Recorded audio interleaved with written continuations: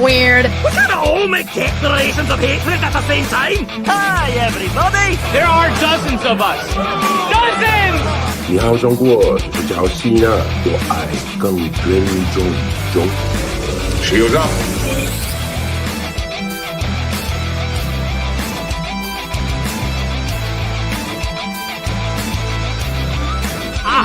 Alson, help me up onto his casket so I can dance on it.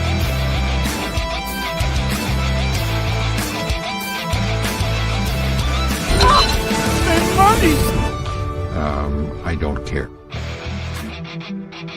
But how did you ever find us? Oh, easy. We just read the screenplay you left us.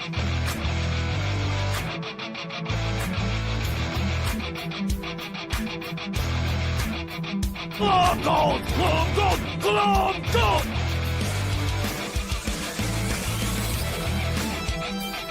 You get nothing! You lose!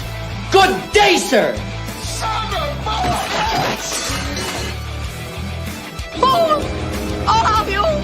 Everything is sexist, everything is racist, everything is homophobic, and you have to point it all out. Just when I thought I was out, they pulled me back in. Huh? Zappuccino. All right, it is Thursday night in Tooneytown, and that can only mean one thing. It is time for the fastest rising pop culture podcast on the internet today. It is time for Toonie Talk TV. Folks, my name is Marvin, and I am the movie monster, and we are ready for a big night of conversation because we're going to be talking about justice tonight. Not the Batman kind of justice that you punch right into the face of evil that we've been dealing with on our game streams for the last 2 months. I'm talking about justice of the judicial kind. We'll talk a bit about that later. But first, guys, I can't do it alone. I need the Tooneytown Titans here with me. So Titans, go!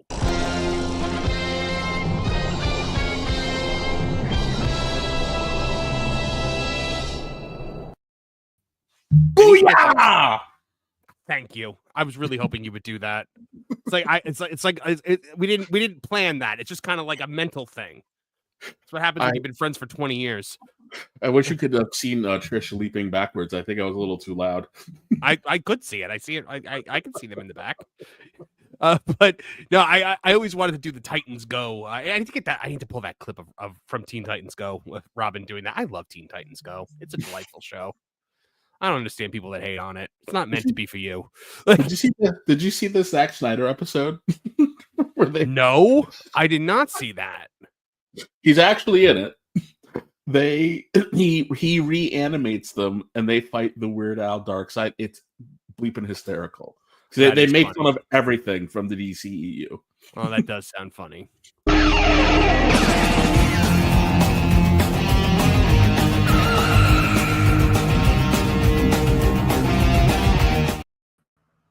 Yes, folks, the rumors are true.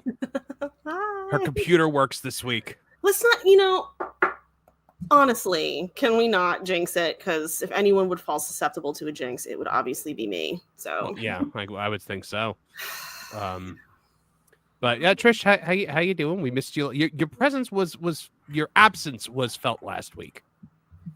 I'm sorry. I did go back and listen because I didn't have internet for at least an hour after all of that happened. So it was just something off about the show. It was like that episode of the sitcom where like the roommate main character moves out and they're like, oh, like where's the milk? Oh, I guess Trish used to buy the milk. Like it's so you don't realize it until they're gone. So well, glad to be appreciated. Thank you.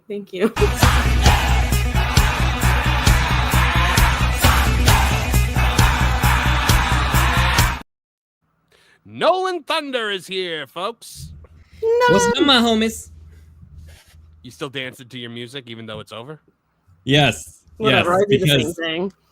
I have a song in my heart, my friend. A song in my heart. All right. Well, I hope you keep that energy up tonight, Nolan, because we're going to be talking about your precious Nintendo, and not always in a positive light. Oh, good. We're going to talk about that. Oh, we're going to talk about I'm excited. Are you ready for the amount of profanities I will be expressing on the stream if that happens? No, because this is a PG channel, my. Nolan, and I will thank you to keep your potty mouth clogged tonight.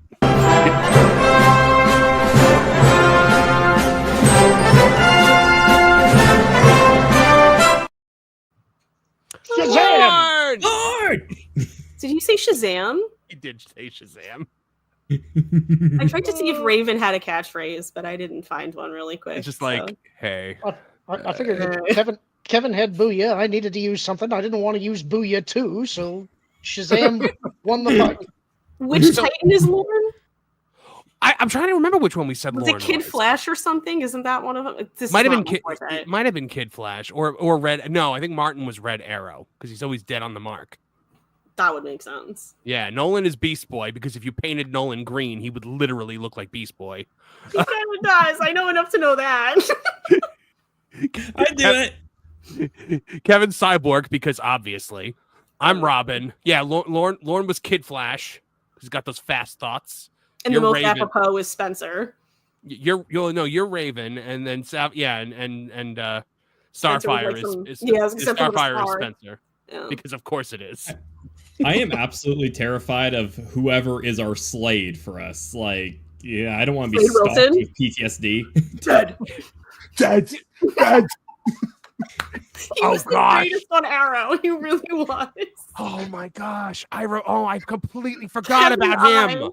Reference that to this day. Dead. Over and over. Great. If you had just not lied. If you had just not lied to the man, he'd have still broken your jaw, but he would not have killed your mother. Oh my god, shoes. Oh my god, I forgot all about that one. You should have saved Shadow. I all of a sudden love this woman. Even though for the last 2 seasons I haven't shown an inkling of that. Do you remember the last episode of Arrow that he was in, and he just like obliterated a whole warehouse full of people, and then it was like, we never saw him again, and I was like, this is really sad because I really liked him. No, the best was when he shows up in the present day, and the second Oliver's mother turns her back, he tries to stab him with a letter opener, and he just catches his fist and goes, "Not today, kid." We need Slade. Or an Australian pirate. You sound like Ozzy Mandrill. Well, he was actually both. Yeah, because you didn't watch Arrow, did you? Is it just that the I did. actors? It's just been a long time. Yeah, it's Manu Bennett. Yeah, Manu Bennett was him. Aussie. Jules. Sorry. I'll have to look at that one again. YouTube, we said Otzi with an A, just so you know. Yeah. All right, guys, we stalled long enough.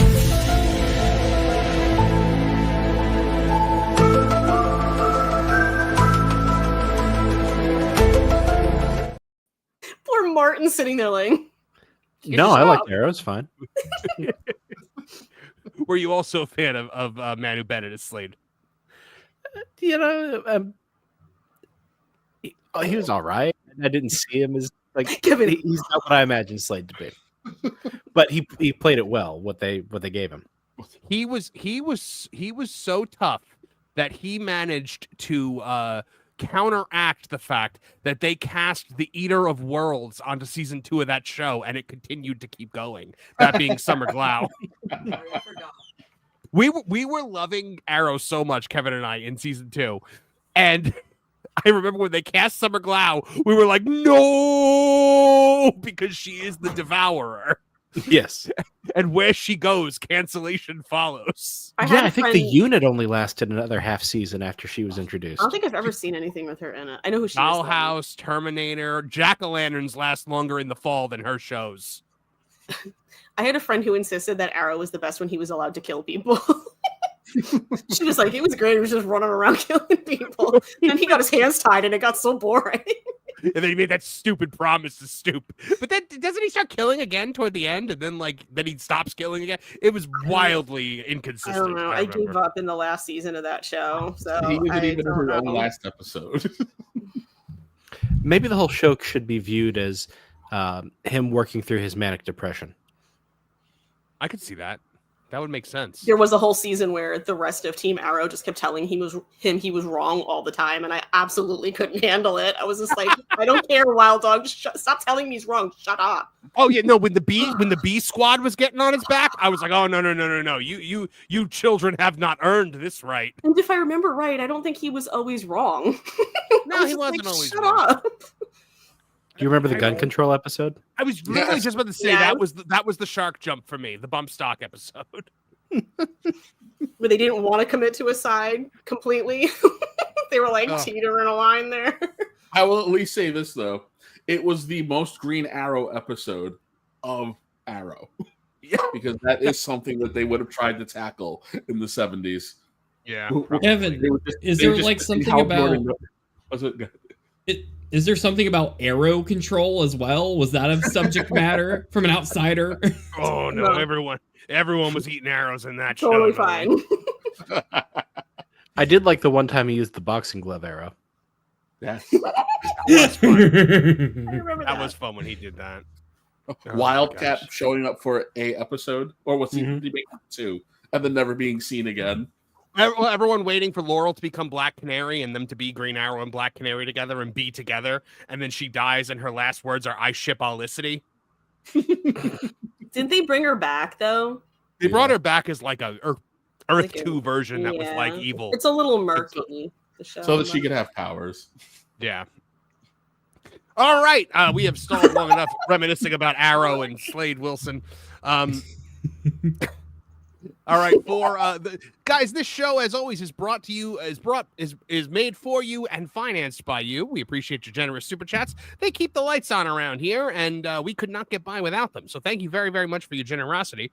We stop for super chats between our stories, but we do break for super chats of $50 or more. So if you super chat $50 or more, we will stop whatever we're doing, and we will address whatever it is that you have brought to the table. Nolan Thunder gifted one Tooneytown TV membership. Did you then get it yourself? No, not this time. I was worried. Because that has happened. Nolan has gifted a membership in a live stream before and then gotten that membership. My favorite thing about it was someone took like the Joe Biden meme of him putting a medal on himself and put my face on it. It was great. Oh, Chef Eddie has become a member of the Tooneytown TV channel. Welcome, Chef Eddie. You get to now enjoy early access to Tooneytown TV videos, our members-only live stream on Mondays at 3 p.m., and a wealth of other shows like... I can never say that. Sorry. Crime and Punishment, Kevin Apollo's Rants. I still have some of those in the can that I have to put out. And, of course, the the reading of... Star Wars Episode 3, Revenge of the Sith. So Chef Eddie also for $10 says, so Cara Dune comes back and becomes a Jedi trained by Luke, not the clone Jake, and defeats Rey Palpatine to start the new Jedi Order. I just fixed Star Wars. Well, that would be an actual strong, independent female character taking the reins in Star Wars, and we can't have that. We have to have Catholic. She doesn't need to be a Jedi. Just let her mow everybody down. That's the fun part. She's like Commando, just in the Star Wars universe. What an awesome character she was. Just so instantly believable. That first episode where they fought the ATST together, it was so good. It was so good. And made the ATST a genuine threat. It was a pretty good episode. Yes. Oh, I love that. The ATST was like a monster. It was fantastic. Master Puppets member for 4 months says, Trish, I'm now in season 3, episode 5 of Fun fact, it was an episode of season 3 that my friend showed me, and she was smart because she picked the perfect one to show me, because at that point it was like mid-season 4, and she was like, you're gonna like this. And so it was this episode in season 3 that hooked me. You're not quite there yet. You're close, but you're not quite there yet. He did add for $2 more, and I am greatly enjoying it. Thank you, Pastor of Muppets. I saw that name change. I'm glad. Bless you, my son. Regina Sharp checking in. Good to see you this week, Regina. Says, I give you this, Laurel and Hardy. Glom gold! Glom gold! Glom gold! Glom gold! And the sad tidings that I won't be able to stay for the show, and that the sheriff is near. Is a what? The sheriff is near. Okay. Kevin gets it. I didn't get that one. It's Blazing Saddles. Oh, okay. Gabby Johnson. Now I'm gonna explain it. Right. John Williams at 499 says, I feel down and hurt my I fell down and hurt my back. This was clearly Nolan's fault. Yep. Sorry, old man. Oh, I see. Oh, it was no one's fault. Oh, okay. I'm sorry. Well then, problem solved. I love that we're now requesting the "it was Nolan's fault." It was Nolan's fault clip. Gas prices go up. Dang it, Nolan. Andre Adams Andre Adams, hey, we don't get to see you on Thursday night. Oh, I am psyched. I am psyched that you are here, my friend. Why does Amazon here? Yeah, seriously. Oh man, the greatest roast master of all time, the trash talker of all trash talkers. We've talked about enough now. Why does Amazon have a fantasy series? They trashed Lord of the Rings and trying to top that by doing unspeakable things to the Wheel of Time. Yes, we are going to talk about the woman in charge of said acts. So, stay tuned for that. Siren the Cat checking in for $5 Canadian. So not only is your cat interrupting the show via Super Chat now that you've switched rooms, but she's also paying with Canadian money. Clearly, it's her mirror universe duplicate because my Siren uses a Y. Oh. Uh-oh. Right. Liquid Fox, he screwed up there. He popped into the gaming channel last night as Siren the Cat, and I was like, I know you're Liquid Fox. I know you're Liquid Fox with the Canadian money.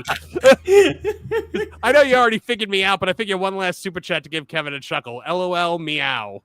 I like the cut of your jib, Fox. John Williams of 499 says Kev changed location, clearly trying to hide from the Bears or trying to get a tactical advantage. You know. Is it back? That SOB. It was like waking up with a horse head in my bed. I went to go drive Novi to school this morning, and there was a white garbage bag in my neighbor's yard. Wasn't mine. He just left it there, so I knew he was back. Oh yeah, that's a gauntlet. That's a declaration of war right there. It's saying, all right, round 2. Black bear versus black man, round 2. This one's brown. Well, I mean, so are you. I mean, like, say a healthy mocha. Quick story. So my mother-in-law, she has a friend that she used to work with when she was a vet tech. And she had a daughter named Beta. Or Beta, like Vader, but with an A. Oh. So I don't get to see her often, but she's very sweet. So she came over last week, and so I walk in. She doesn't know I'm there. I come out of the kitchen. I say, "Hi, Beta," and she goes, "Hello, Mr. Blackman." How old is she? Gave me a hug and left. She's like 4. Oh, fantastic! Hello, Mr. Blackman. Oh, fantastic. Everybody's horrified. I thought it was funny. Andre Adams of 499 says, why does Amazon hate the Wheel of Time? They are decimating that story. Yeah. I mean, I heard it was terrible. I did not even try with that Wheel of Time because I had seen how bad Rings of Power was, and I just wasn't going to try it. But we are going to talk about the obscene amount of waste at Amazon MGM Studios, because my gosh. John Williams of 199 says, Nolan, you are too young to swear. Go back to your room. Okay. Joke's on you, John Williams. He's already in his room. Oh, right. I can stay. Yay! All bee booty bees and bacon with big B's for $2 says the prices for the new Nintendo 2 games is crazy. Angry face barf. I want bee booty bees. Little icons change every. It seems to change every single week. It does. I love seeing what it is every week. Nolan getting distracted by his Latinas. So, do Australian Latinas count? Why wouldn't they? Or New Zealand? I'd say they would. All right. Well, they Winged may Moonlight. already. Winged Moonlight for $5 is just wanted to send you all some love. Glad to see you all. We are glad to see you, Winged Moonlight, and it is always a great day when all of you guys can come here and join us for some pop culture discussion. Jason Pemberfoot for $4.99 says, loving the content from you all. Keep up the amazing work. We intend to do so. Thank you very much, Jason Pemberfoot. We're glad you're enjoying it. Forever Runner for $4.99 says, Daredevil Born Again. Not as good as the OG. Karen and Foggy were the heart and soul of the OG and are missed. There's too much CGI and Muse was wasted. So I caught up on the show yesterday. I finally got back to where it was. We finally got to it. There was finally a scene that I liked that I think is one of the best scenes Marvel's ever done, which was Daredevil is fighting Muse and Kingpin is fighting this guy Adam. And it just keeps cutting back and forth between the two fights, and it's actually done very, very well. It took 6 episodes for him to actually be Daredevil again. So that was annoying. How many are there? There's 9. I was gonna say 8, so okay. And they've already gotten they're done with Muse already. So that came and went. That's like doing a Power Rangers movie, and most of the time they're not even in the suits. Oh wait. No, yeah. Why'd you have to remind me about that, Nolan? I was in a good mood today, and you have to bring up that crispy. You have to bring up that Krispy Kreme commercial. Oh, I was thinking Turbo, but okay. Pastor of Muppets for $2 says, "FYI, my name change is a temp joke as Jonas calls me." Okay. Andre Adams for $1.99 says, "Why is Nolan doing a Bud Bundy cosplay?" So I have to make an announcement. A rap album. I'm going to bring some sorrow to the chat. This is the last week you'll be seeing the Bundy hair. I'll be getting a new style next week. Yep. So rest in peace, hair. Rest in peace. He's going to come back just complete cue ball from all these comments on hair. He's like, no more. I'll come back with a mullet. Man. He's going to go for the gangster look. I see him coming back with cornrows. No. We gotta get like a Vanilla Ice fade with like the Oh, please. Cool as ice. There's my reference. I got it in. Get the mic to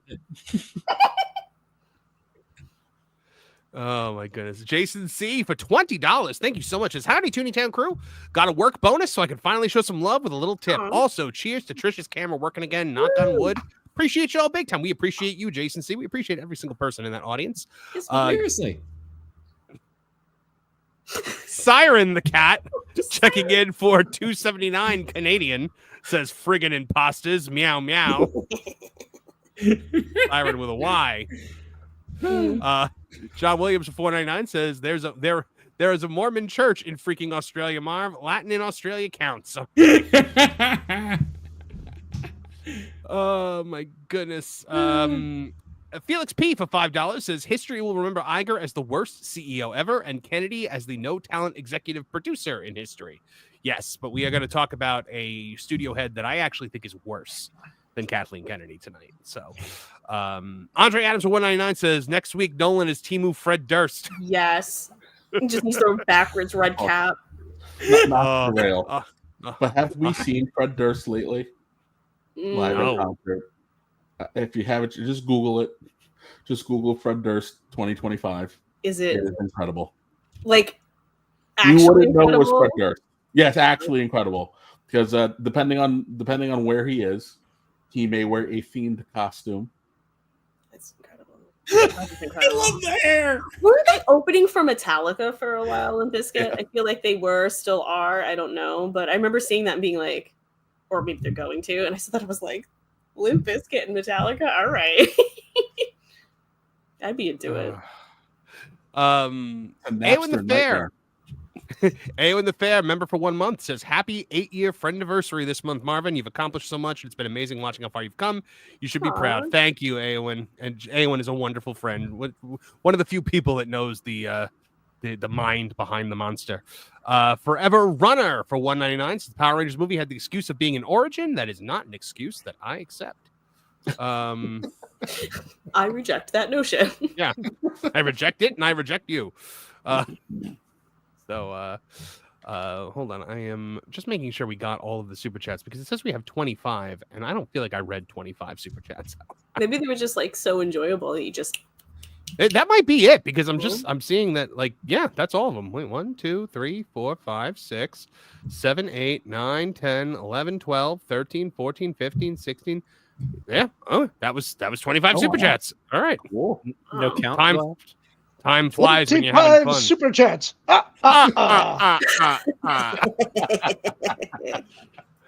That's 25 super chats.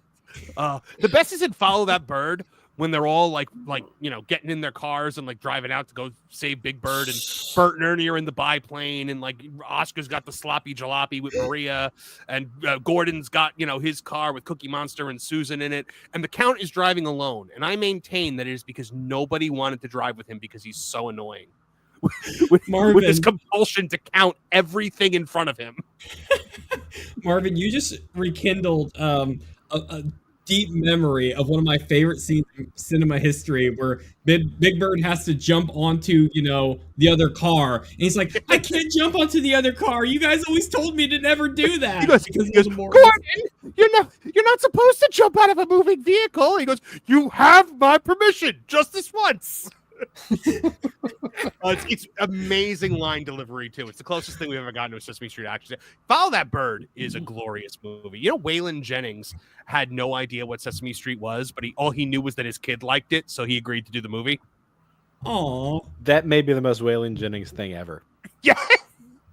Hey, his song slaps too with well, there ain't no road too long. It's good. It's a good movie. Sorry. You said I could geek out about it. I just gave them slaps. It does. I learned a new term today that the kids are using that I think originated on Tumblr. So is it fashion? It's I wish it's blorbo. What? Okay, that was what I said. And a blorbo is apparently, it can be a main character, but most of the time it's like a side character that an entire fandom just like gloms onto, and it becomes just the favorite overall of the general thing. And it's I guess, yeah. I mean, Spike kind of became main-ish, but the blorbo. He became like the blorbo. Yeah, that was Urkel? like yeah, Steve Urkel. Well, it's more like I don't know. I have no idea what the word blorbo means, but I've been saying it the last 2 days, blorbo, because it makes me like you're my blorbo. If it means a secondary character that becomes the main character because you're so popular, no, that's not what it means. Definitely that. That's not what it means. It just means that it's usually a secondary character, but it can be a main character that the fandom just falls in love with. That doesn't mean they become a main character for it. Okay. It's just who everybody in the fandom, like the people who would write like fanfics and stuff like that, like they take to that character and they become their favorite. Sure. Is this Cast correct? Supernatural, yeah, he'd become the blorbo. Yeah. All right. Slightly to my dismay, but yes. I learned something new against my will today. You're welcome. But I had a deep a thought today about how, because I was thinking back to Lauren, I think on the show had said before how he doesn't think you can adapt Robin in a Batman movie in the modern age, like properly like introduce him. And I was thinking today, I'm like, man, if they did Robin and actually reflected what today's world is like, he'd be saying all that annoying Fortnite lingo that would make all the adult viewers cringe. So, well, I should clarify. I think the only Robin that you could properly adapt is Tim Drake. And it would have to be like when he was originally just becoming Robin. I wouldn't want to do like Red Robin or the later stuff. I hate Damian. Can't stand Damian. And I don't mind. Well, I'm with you there, but you could properly adapt him. You would still hate him, but you could properly adapt him. I think Damian would be the easiest one to adapt. Yeah, probably. But I mean, you want people to come to these movies, right? You want it to be successful. So if you're going to do an adaptation, you got to have a likable character. And I know a lot of people would probably say, well, you've got to go with the original. But I think we're so far removed that the only way that would make sense is if you did Nightwing. I think you could do a proper Nightwing movie.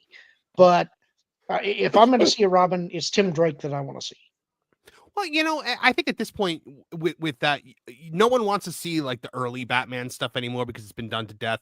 So I think no matter what Batman you get, you're going to get a seasoned Batman, and you could easily have Dick as Nightwing already. You'd skip ahead to it. I don't see a problem with that. I guess the one way that I would want to see Dick is if if they were actually doing like an adaptation that was like a flashback, where you're doing Dark Victory. If you were going to adapt Dark Victory and do that version of the young Dick Grayson, when you're doing the serious story of the death of his parents and coming from Haley Circus and all of that, you could do that one maybe. But I think that's the only other way that I could see a proper Robin being adapted. I guess I could see that. Apparently I don't have the Ha Gay clip anymore in here. I must have accidentally deleted that. I was definitely going to play that one. I was about to play it because Lauren said he wanted to see Dick Grayson. So, that was the best clip. How could you? I don't know. Still have it on the wrestling channel. That's weird. I'm very disappointed with myself. It actually fits with the wrestling channel quite well. Probably does. All right. Moving along to our first story of the night. What was that? Is that Vegeta? It was, yes. So, where is your sane pride? I'll get you for this! You won't escape my wrath! Have that one. Oh, you have that one too? It's just gonna this new look. So now instead of a cat interrupting every 2 seconds with its anus, we're gonna have Kevin Apollo's action figure collection. Is that a With its Hollywood anus? Hogan mug? Like a mug of its head? Yeah. Yeah, I noticed that too. Evan, you're cool. Not to derail it further. I'm sorry, but Thank you, Trish. well, look at it. How do you not? Like, how do you not comment on that? You've never seen this? If I have, it was eons ago. You know, Because what I noticed behind him was Harlem's gift to economics. All right. Okay, guys. So, yelled at us, and there was just silence. It's like an we're done. interesting turn of events. He's busy looking for his clip again. He misses it. I do Look, a miss man it. can love Thomas Sowell. There's nothing wrong with that. That's right. Oh man. All right. So, guys, the Snow White stuff is drawing to a close, I would say. We're getting to the point where there's not going to be Snow White news anymore very soon, but it's dying hard at this point. So I wanted to point this out because it was probably the most offensive puff piece I've ever seen from a Hollywood outlet. Collider celebrates Snow White box office as major victory for Rachel Zegler. When a $250 million tentpole gets embarrassed at the box office, it should be newsworthy. When that same movie is surrounded by controversy, audience rejection, and a spectacular second weekend collapse, it should be the story. But if you're Collider, apparently the Snow White box office is cause for celebration because Rachel Zegler just hit a new career milestone. This is not reporting, it's damage control dressed up as clickbait. Collider's latest article tries to salvage the narrative around Snow White's poor performance by shifting focus to a feel-good stat. Rachel Zegler has now appeared in films that have collectively grossed over $700 million worldwide. Yay? The number is meaningless. It is a fluff stat meant to distract from the fact that Snow White is tanking harder than expected. They're trying to make Zegler seem misunderstood rather than unpopular, and here's the key line. Snow White's box office performance after 2 weekends in theaters is enough to help its leading star pass a new box office milestone. Translation, it flopped, but look over here. Isn't she doing great? No. It's enough for us to pass a kidney stone. Yeah. Her highest grossing movie is still Hunger Games: A Ballad of Songbirds and Snakes, which still pulled in far less than the original Hunger Games trilogy at a time when movie tickets were far more And they're expensive. making another one. Yeah, I don't know if she's in it though. I mean, I don't know that if I her have no character- idea, but I was shocked. I was like, didn't everyone not care about the last one all that much? Like, it's an IP, Trish. It's an IP that was popular at one time, so we're gonna mine the crap out of this why? because it's Hollywood, baby. Yeah, the cultural impact that an actress who's been in only 6 movies has had really is staggering. Well, I would compare this to the Phoebe Waller-Bridge deal that just came through with Amazon, you know, because honestly, they're both robbing them blind. Yeah. Yeah, and we are going to talk about that. So let's break down the $700 million figure.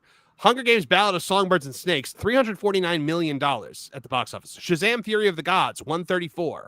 West Side Story, $76. That's insane. That's worldwide. All that made? Worldwide, Trish. Worldwide. I mean, I'm not unhappy about it because that was a wholly unnecessary remake and slightly arrogant of Steven Spielberg to do. But I thought it made more than that. One of the most beloved Broadway musicals of all time, directed by arguably the most famous living working director of our time. $76 million worldwide. Snow White, $143 million and fading fast. Y2K, $3.7 million. That was her first solo thing. And Spellbound was a Netflix exclusive, so no box office there. So every Zegler film has either underperformed or failed outright. That's not open for debate. It's an undeniable fact. But to Collider, it's all part of a winning streak. Guys, I mean, what is going on? So it seems to me like Variety ran that hit piece article, and now Hollywood is like swarming around Zegler to try and shield and protect her.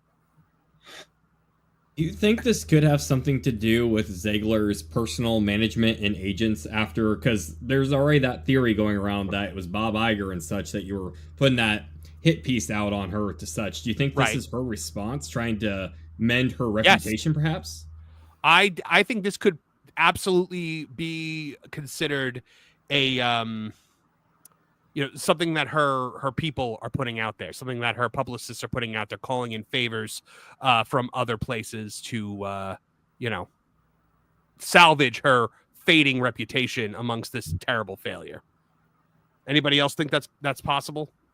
Trish?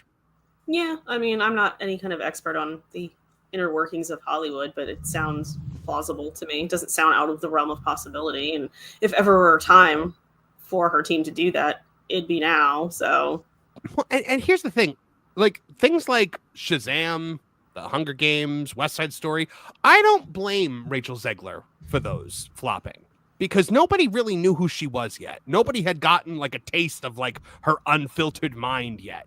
She's a non-factor. She didn't bring anybody in because no one knew her, but she's also not the reason why they didn't do well. The only two ones on that list that I think you can actually blame on her are Y2K and Snow White. I've never even heard of Y2K. Yeah, I think so few people heard of that one that it's not even her fault. Yeah.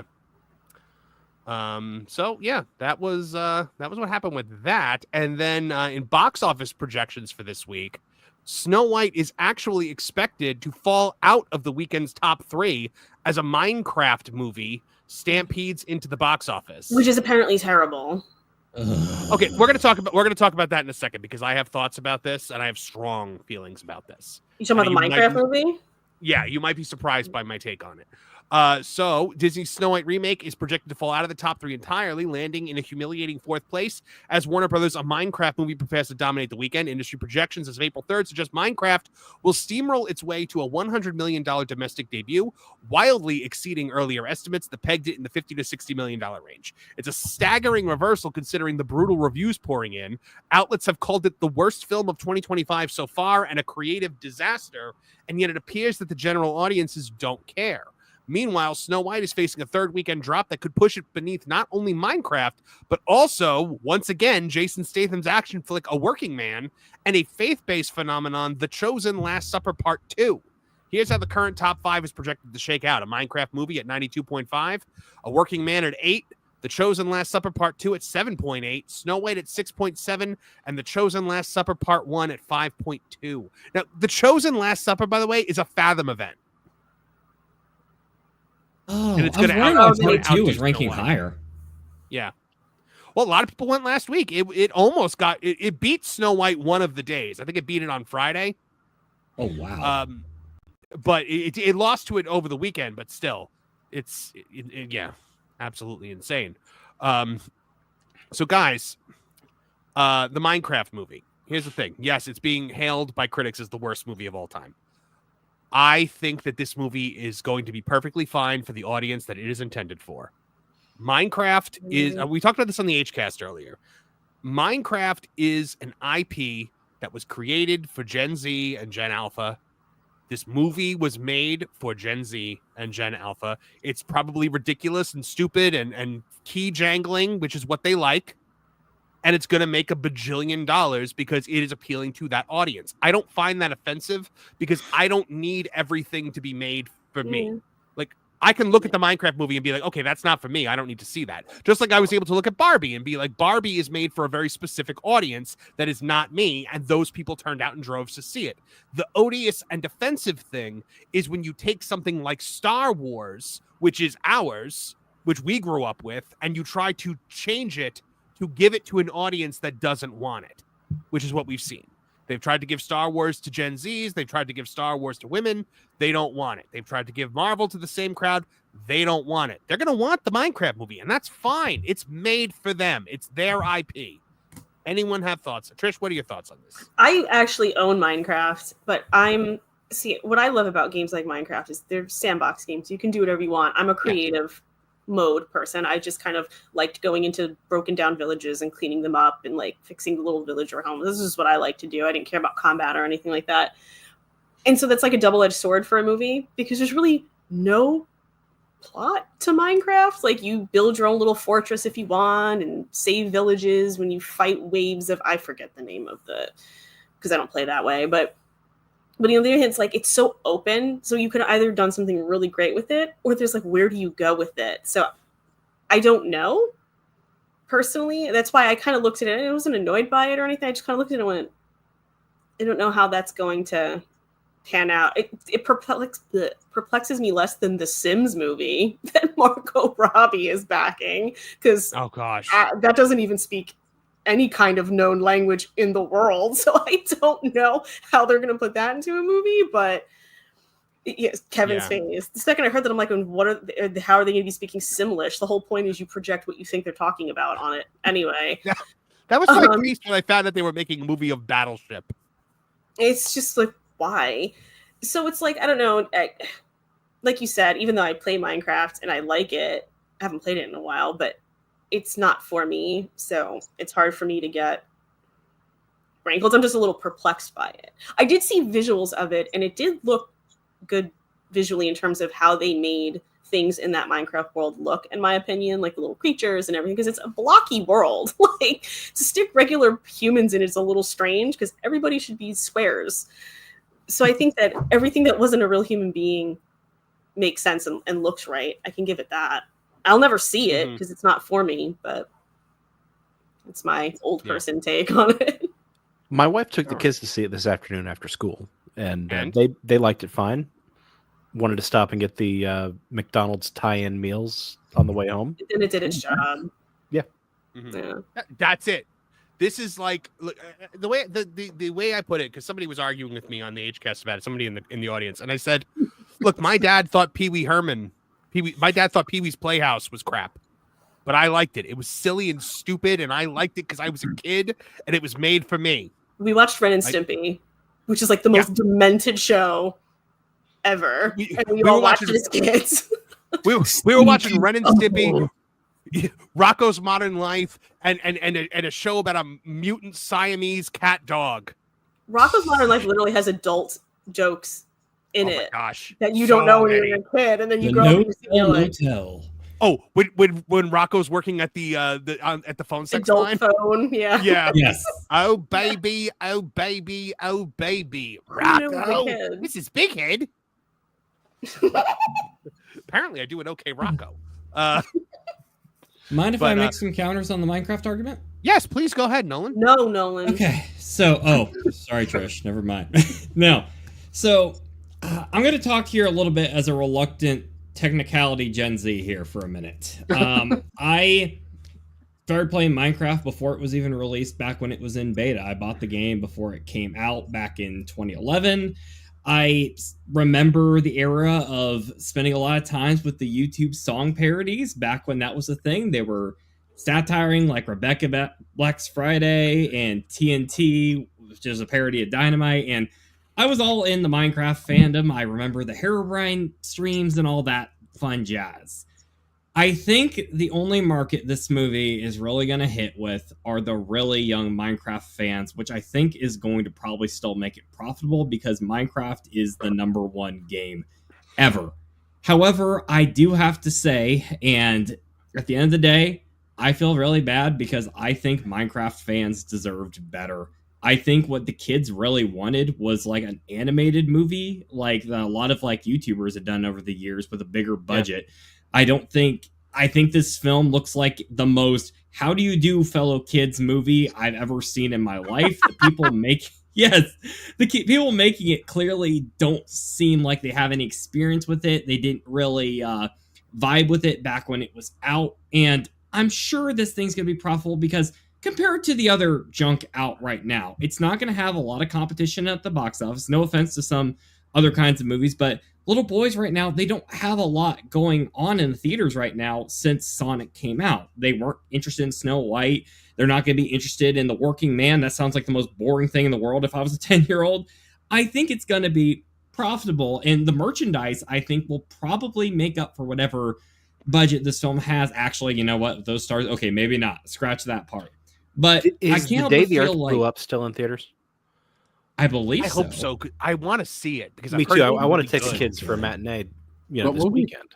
I've never even heard of it. Looney Tunes. It's the Looney Tunes movie. Oh, I've heard it being called the Looney Tunes movie. Okay. I've never heard like the actual title of it. All right.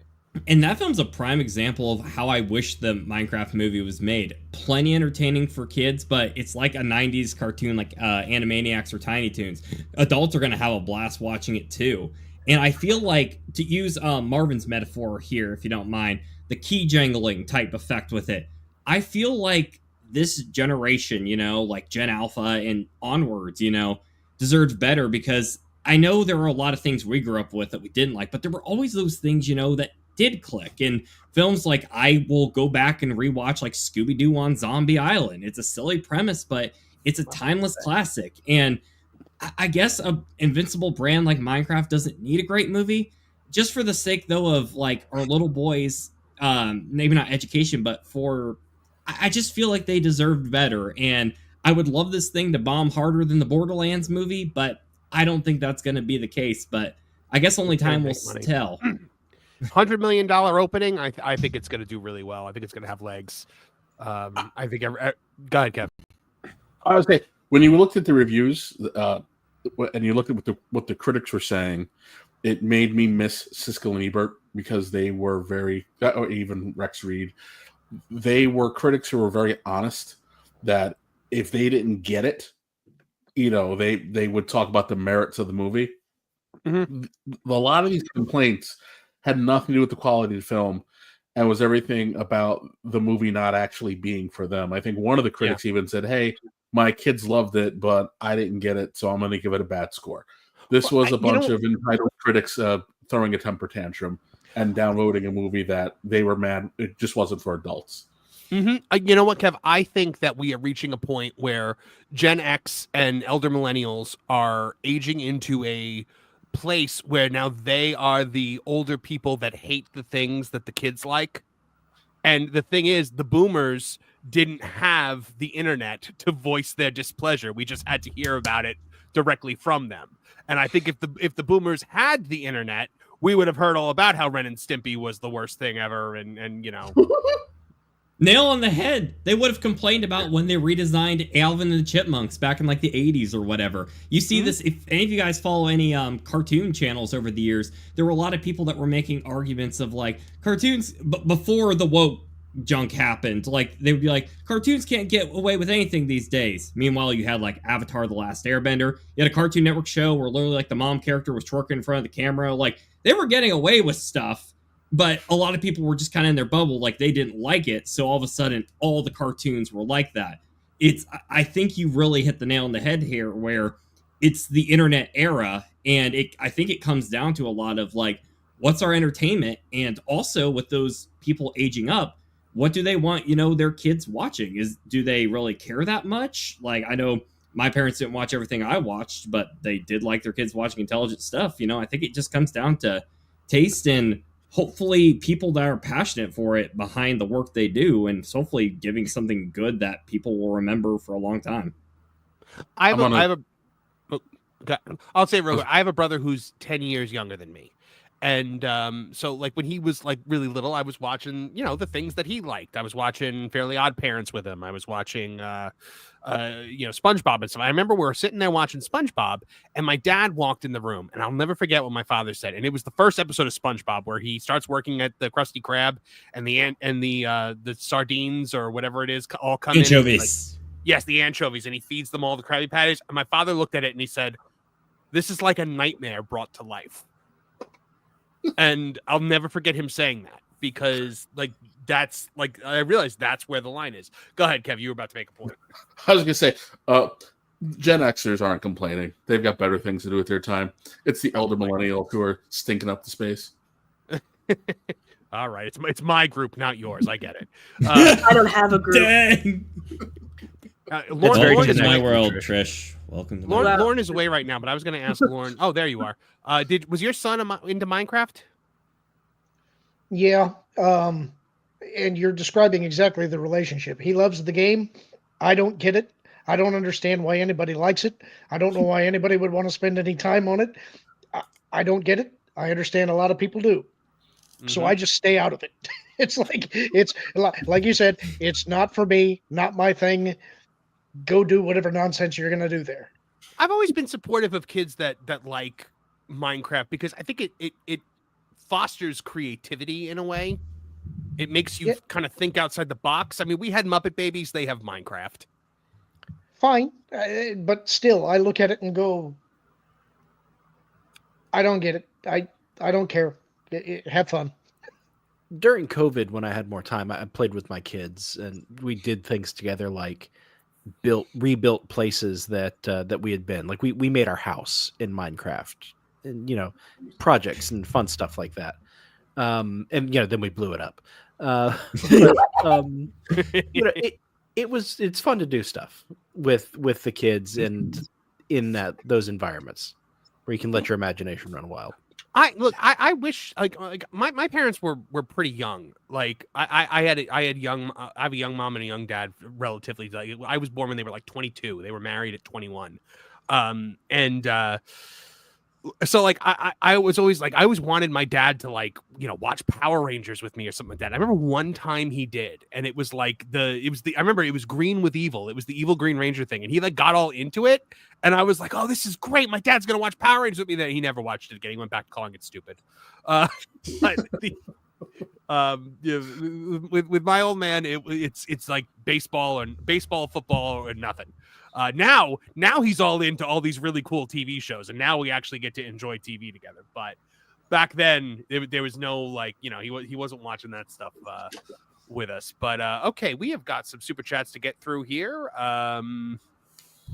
Liquid Fox for $5 Canadian says, "Don't be sad, Marv. Primitive War is coming out. Yay! Also, who spells siren with a Y? Honestly, sounds like something Obama would do." All right, he's banned. That's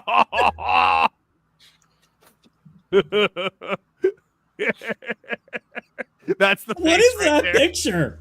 Hold on, I'm blocking the good part of this picture. Oh, it's my favorite picture of all time. That's my new profile picture. It was one of our first episodes when we broke that out. So remind the people. I was trapped in Cape Cod. We were in the wokest house ever. Obama cups, every book Hillary had written. I think there was even something like a socialist manifesto.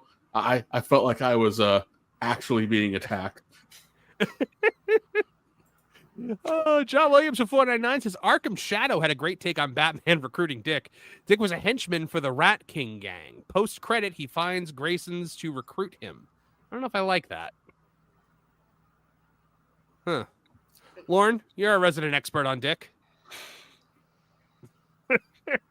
No, Lauren, I want to actually hear what you think about it. Lauren's like, no. I won't make the joke again. Boy, bye. Say you're sorry. I'm sorry, Lauren. Say you're sorry. Say it like you mean it. I'm very, very sorry, Lauren, with all of my being. That is dripping with sarcasm. I don't believe it. I don't believe it either. I'm being look. Everything I say sounds like sarcasm, but I'm being very honest right now. I'm very sorry. Please, You really mean it? I really mean it. How Let's sorry take are on- you? Put up a picture of Sydney Sweeney. Make it up to him. Yeah, I'll find a Sydney Sweeney story to do. How bad do you feel? Not that bad. Well, then I guess you don't need to know my take on Dick Grayson. All being right. recruited. I feel really bad, Lauren. All right. What is Really, happening? really bad. Yeah, really, really bad. Okay then. All right. You know it. Give us your take on this. I haven't played Arkham Shadow, so I don't know. I've heard that it's supposed to be really good, and that kind of surprised me. That being as it's a VR title, I like VR games, and I like the studio that was putting this out. But I thought that Arkham was going to be kind of hard to adapt. But for those people that have played it, they said they did a really good job. So I'd be interested to at least see it and see if they managed to pull it off. If they did, I'd be really excited because I like good Arkham. I thought Lauren was going to make you do the truffle shuffle. John Williams for $4.99 and the Hulk Hogan. Nice cup, brother. Love to meet another fan. Just don't date my daughter. Oh my god! Was he just laughing so loud it went silent? No, I really like that super chat. You know, because it's Hulk Hogan and you're black. That was the joke. Because you're Hulk Hogan and you're black. Thank you, Mark. Oh my goodness. Chef Eddie for $5 says, will the Minecraft movie have in-movie micro purchases available? Probably.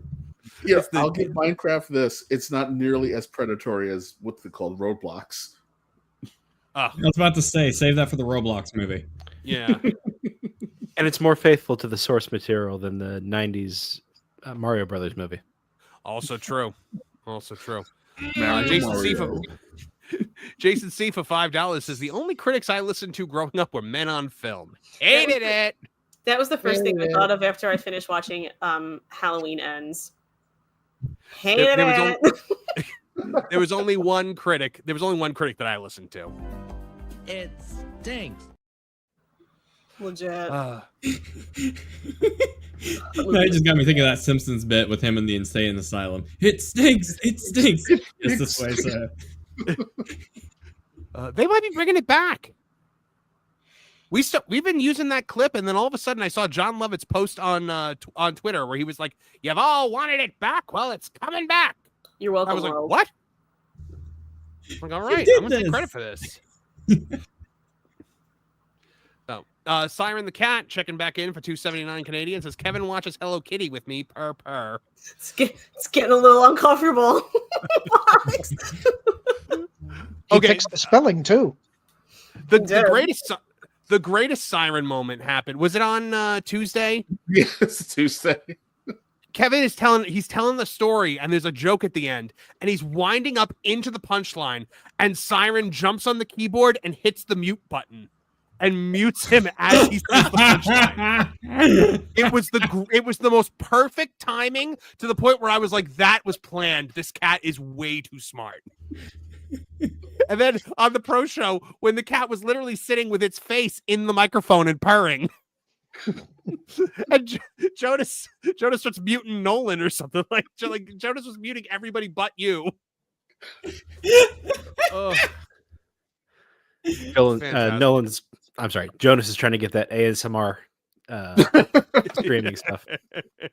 All right. Well, guys, I'm glad we're all having fun and we're all laughing because we're about to get mad. No. Barbie director rumored to pick Meryl Streep to play gender-swapped Aslan in Narnia reboot. I knew we were in trouble when she likened this to, what was it, making a rock and roll music video? Yeah. I wrote an article about that. When I think C.S. Lewis, I think MTV. I think my birthday.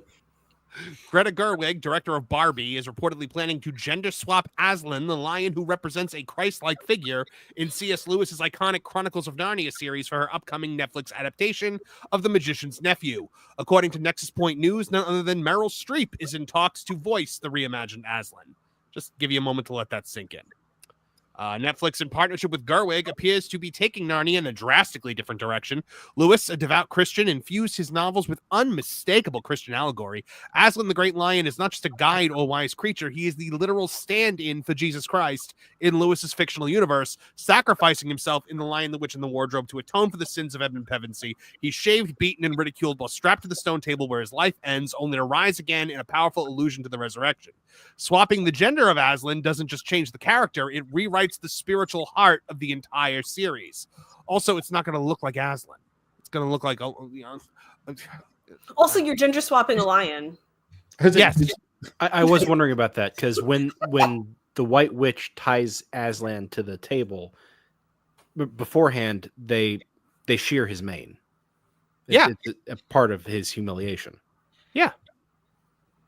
Yeah, it's one of the things that that's one of the most overt ways being like, hey, guys, look what this is. Like, this is exactly what this is. What you think it is what it is. Yeah. Well, and he gets more specific in later books. Aslan tells Lucy, I brought you here so that you could know me better in your world. He's almost explicitly saying, I am Jesus. Yeah. But I'm a lion here. Yeah. Yep. It's ridiculous. Like, it is, and the only reason they're gender swapping a lion is because the lion is a stand-in for Jesus. It's because Hollywood is now obsessed with this idea of gender and race swapping Jesus, I think. Why didn't they just have Cynthia Erivo voice the character?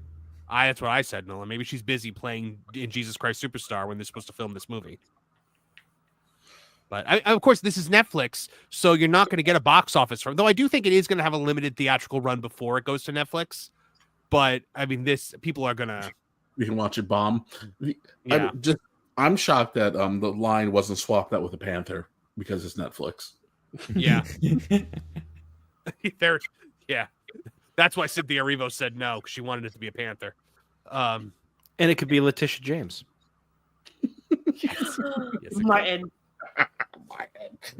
My grandmother said, I don't care what they tell you. Aslan was black. Thank you, Black Aslan. I love the Narnia books. I love them. They were like my jam growing up. They were the book that you read to prepare you to read Lord of the Rings. They got you into fantasy. And then when you got a little older, maybe into like late middle school or high school, then you started reading Lord of the Rings, or you started reading Dragonlance or something like that, like some of the more more sophisticated ones. Narnia was I love those books, and I can't believe we are literally, guys, gonna see Aslan, and he's gonna say, I was a man. Yes. Oh, yes. I was a man. But you're not anymore. Oh, yes. And oh my gosh, You did that Trish, pretty that good. was terrifying. Are you?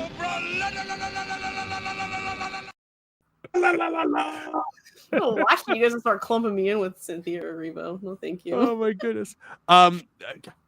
It's insulting. It's just and Greta Gerwig, I believe she grew up in a Christian house, so this is her. She's getting back at her parents essentially. She was a Unitarian Universalist. Okay. Which is kind of like a reading group. It's the members of Unitarian Universalist churches or congregations can be any number of faiths. Even atheists can attend UU organizations and just read along. I have a friend who's one. They read through Mark Twain's books because I don't know why. But then again, I have an uncle whose Christian church watched the Andy Griffith Show to harken back to a older America. So, churches do weird stuff. Siren the cat wants us to know Unitarians are dirty commie congregation. Meow meow. I didn't want to be the one to say it, so thank you. All right, really is Siren. Yeah, Lauren, were you a Narnia fan growing up? Like, did you read those books? Yeah, they were very popular when I was growing up as a kid. They read them to us in school. I had my own copies, but it has been so long since I read them that I remember very little of them. And I should have a copy in my library. I don't. Someday I'm going to pick them up and read them again. I just haven't in a very long time. Mm-hmm. So The what do you mixing think? of mythology really ticked off Tolkien. Like he hated that. He started to Yeah, he refuse doesn't to like read them. allegory. But he did give a full set to his granddaughter. Like once all 7 Oh. books were released, he gave a full set to his granddaughter. That's a nice little factoid there, Martin. I'm guessing that you were a Narnia fan growing up. I was, yeah. I read them all. I've read them all to my kids too. I really love C.S. Lewis's work. Now that my oldest son is getting a bit older, I'm probably going to give him C.S. Lewis's Out of the Silent Planet series as well. Oh, and now we're gonna just drag his work through the mud on Netflix and just wipe our rear ends with it. So, yeah, way to go, modern Hollywood. But yeah, no, it's all part of this whole thing where it's we have to take anything that is remotely for certain religions and turn it into something inside out and backwards because we have to insult the people that believe in that religion. It's terrible. I don't like it. While also denying kids a strong male figure. Yes. Well, this series is actually also popular with Muslims. The lion is an important icon in Islam as well. So is it really? Yeah, there are some Muslim interpretations of the works as well.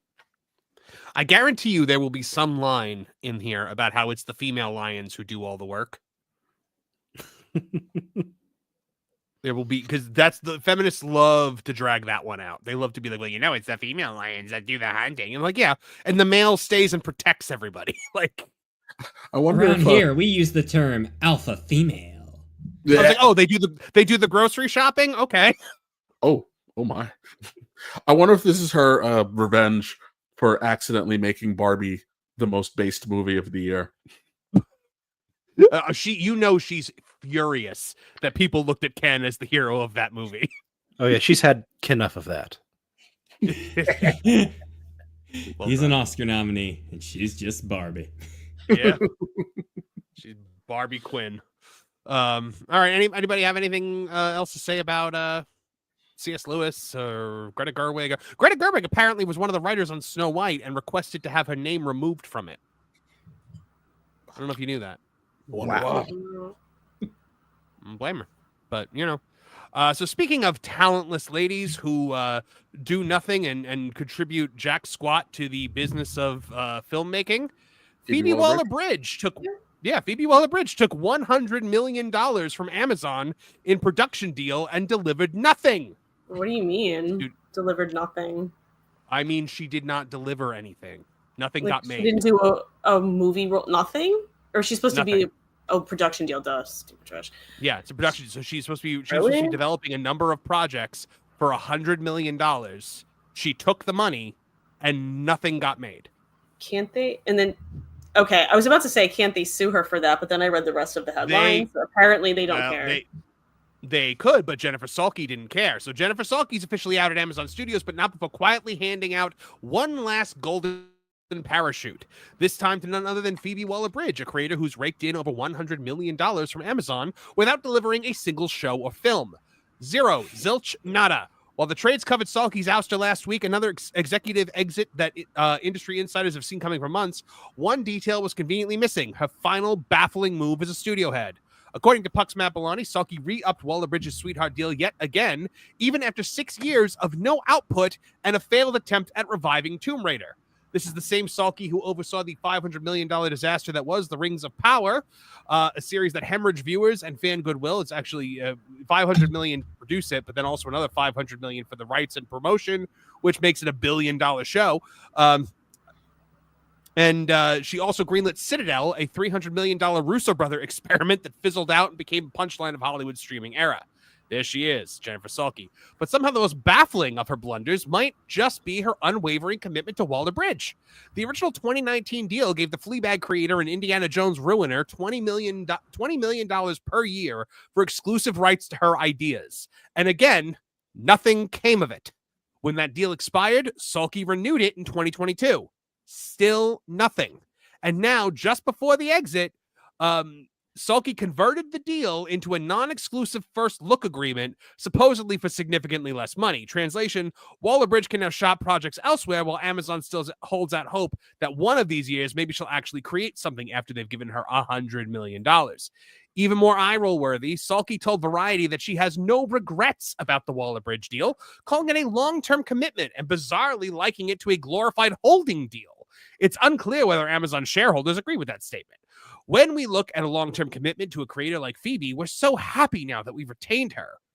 Really? Amazon has spent more money holding Waller-Bridge than most studios spend making entire seasons of television. Meanwhile, the projects she was attached to, like the Tomb Raider reboot, have either imploded or been completely retooled. It's a case study in what happens when Hollywood executives care more about perceived prestige than actual results. Waller-Bridge may have a few Emmys under her belt, but so far she burned through Amazon's cash without delivering as much as a teaser trailer. That is, yes, this stork of a woman took $100 million from one of the biggest companies on the planet and delivered jack all for her efforts. This is like when some Heisman Trophy winner gets drafted in the first round and nothing comes. Oh, she's the Brian Bosworth of streaming television. I was going to call her Johnny Manziel, but okay, that works too. I think we got the wrong take here. We should be applauding this. This is actually a good thing. We want Phoebe Waller-Bridge at Amazon because she's going to continue to bleed them of money, and I'm fine with that. She's not elsewhere doing more evil. She's not actually producing anything, and she's draining the coffers of Amazon. What's not to like? Evil defeating evil. It's great. Well, yeah, I see, but she's not even putting anything out. I don't see any downside here. This is great. Keep paying her to produce nothing. That is the best possible thing for her to be doing. You get nothing. Yes, when somebody at Amazon spoke to Phoebe Waller-Bridge, and they were like, Phoebe, we're paying you all this money, but you haven't actually delivered anything to us. And then, damn it, is that clip gone too? See, I think her producing something. Can we make that a clip? Be a threat. Hold on, I have to switch over to Toonie Town Wrestling because I know I have it there. Wrestling, brothers, guns. We don't have it here. We don't have it here either. I blame Dis. He deleted my clips. Deleted it? I don't know. Oh, could you? It's all there, black and white, clear as crystal. You get nothing. You lose. Good day, sir. Ma'am, because it's Amazon. Yes. Well, it depends on how she's identifying that week. Because I'm Flint Hardcore, I'm gold, and I always will be. Because I'm Jeff Bezos. And I always will be. Oh my gosh. The things I've heard about this Tomb Raider that she was making, I've heard a couple of rumors that I have not been able to verify. But what Nolan? Lorne. Yes, Lorne has a cat. You've seen one before, I assume. Oh my gosh, it's beautiful. Okay, you may continue, but I must know the cat's name soon. Thank you for your permission. Absolutely. Good sir. What is the cat's name, Lorne? So Technically, the cat's name is Smokey, but I usually just call him Cat or Bud. He's my bud. I thought Short Round. That's actually not a bad idea. Yeah. Come on, Short Round. All right. Nolan, are you done? Yes, I am done.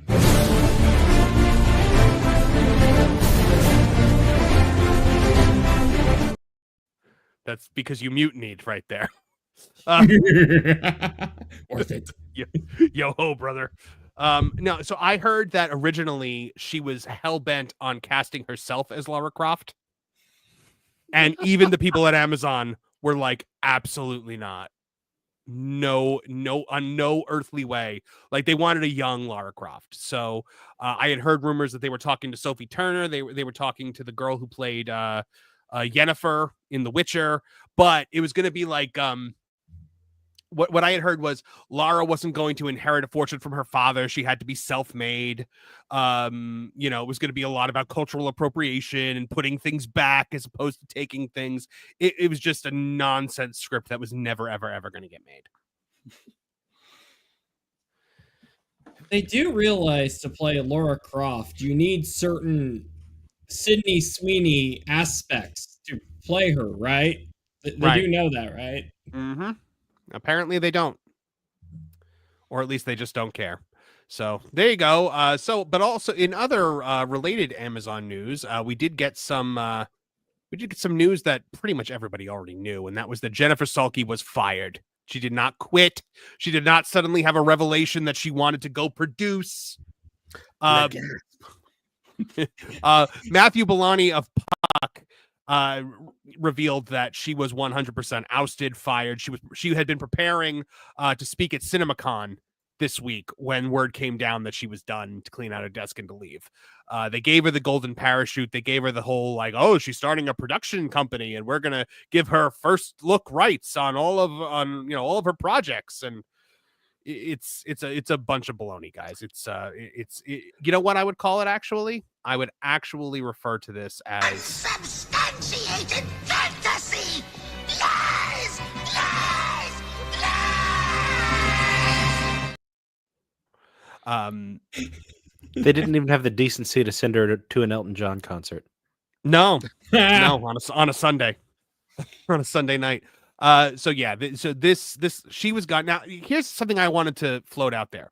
I believe in the grand scheme of things that Kathleen Kennedy has done more harm to the world of film and pop culture than Jennifer Salke.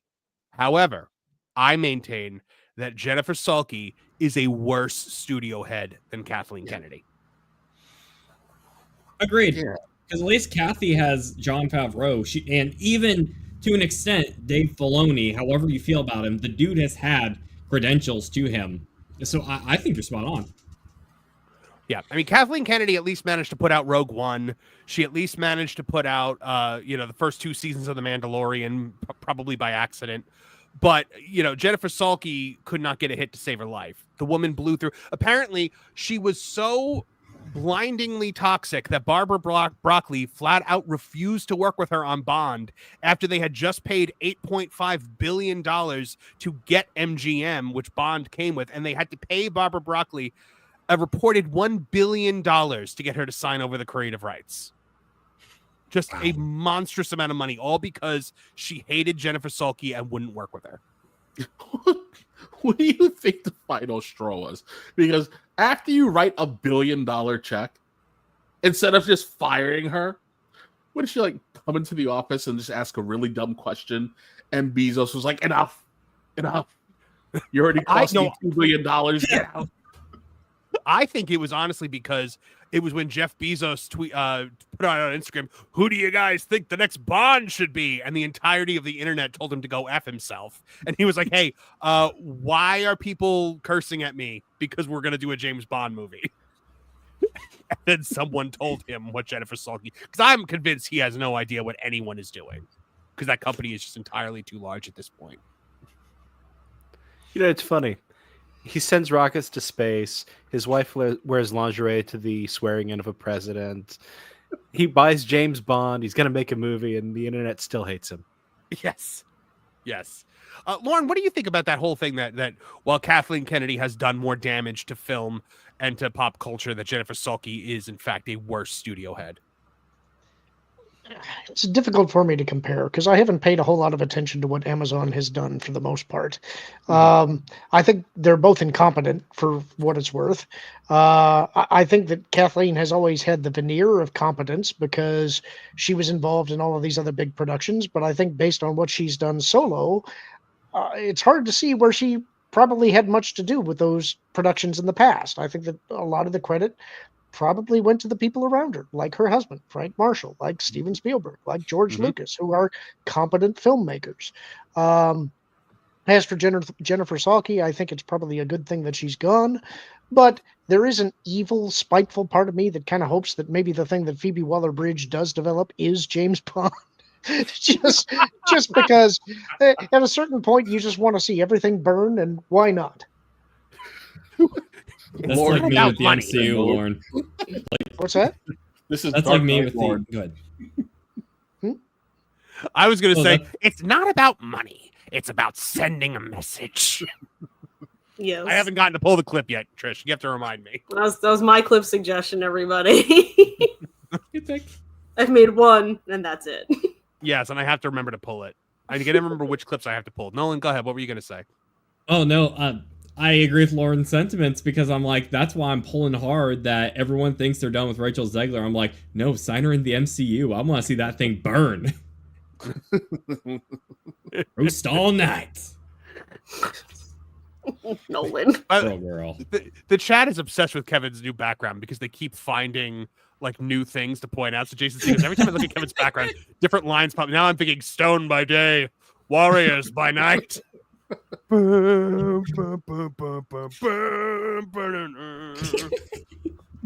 I'll have them all up by next week. You mind if I get off subject for a minute? Please. Did you guys? I think you responded to this, Kevin. Did you guys know that they were doing a reboot of The Naked Gun?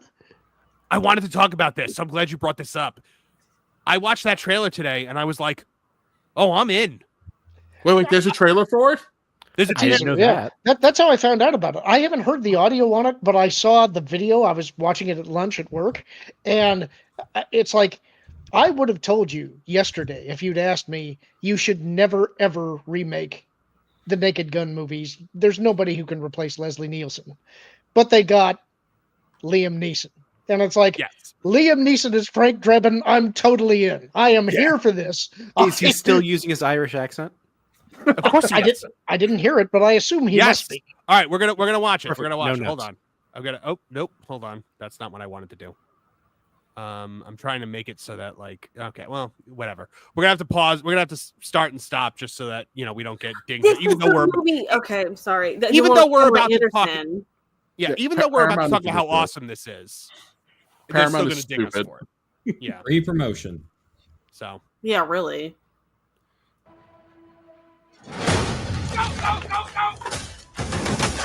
Multiple SWAT units responding to hostage situation.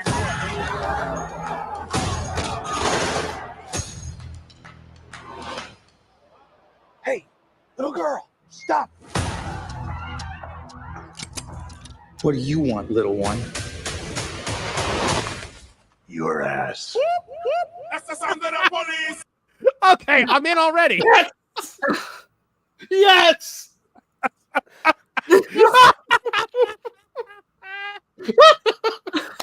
So happy.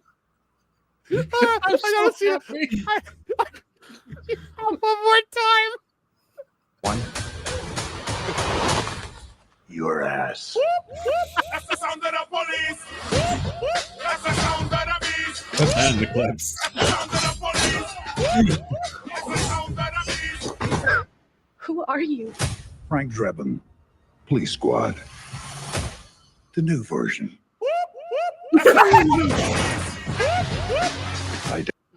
Oh my gosh, I love it so much. This is the scene that got me though, that I fully came on board. Daddy, it's me, Frank Jr. Love you. Hey, Dad. Boy, do I miss you.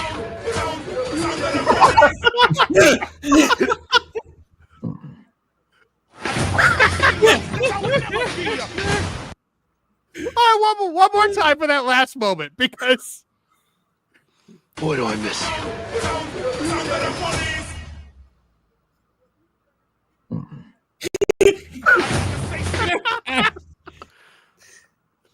I want to see the original now. This looks great. Like I'm in. The Police Squad Yeah, TV show was fantastic. The Naked Gun movies, even the last one.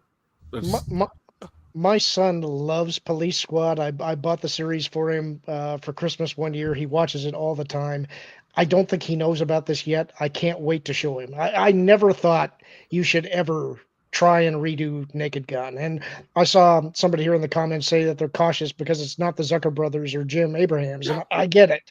But to me, that looks like they nailed what they ought to be going for, and so I'm willing to give it to them. Well, and they found an actor who is known for drama, but really can nail comedy. Because people forget that Leslie Nielsen was in one of the great science fiction movies of all time. He played the heavy for years before he switched to comedy. I think that the second I saw Seth MacFarlane's name, I wasn't afraid anymore, because the things that Seth MacFarlane likes, he treats with such care and respect. And I could see him being like, okay, I have to make this work because I love this movie. It's not a Velma situation where Mindy Kaling's like, I hate Scooby-Doo, let's make it horrible. Like Seth MacFarlane is like, we've seen what he would have done with Star Trek with the Orville, and it would have been a much better Star Trek than anything Kurtzman has produced. So and he didn't want to make the Orville a comedy. He wanted to make it straight science fiction. Well, and as the Orville has gone on, it has become like the first couple episodes of the Orville are a comedy, but like as the Orville goes on, it's like Next Generation, but like 10% funnier. Yeah. Like the Orville's amazing. And the Ted Show is amazing. Seth MacFarlane nails comedy. And I think he's the right guy for this. And I love his obsession with Liam Neeson, because it's never not funny. Liam is hilarious, and that scene from Ted 2 where he's buying the cereal, that's one of the hands down. Are these in fact for kids? I've been led to believe that this cereal is meant for children. Just pull the clip. You are of course aware that I am not a child. I'll be taking these back to my apartment now. Thank you. Gosh. That is, somebody else was mentioning A Million Ways to Die in the West. He was great in that too, and that's also MacFarlane. So this is I think this is the right way to go.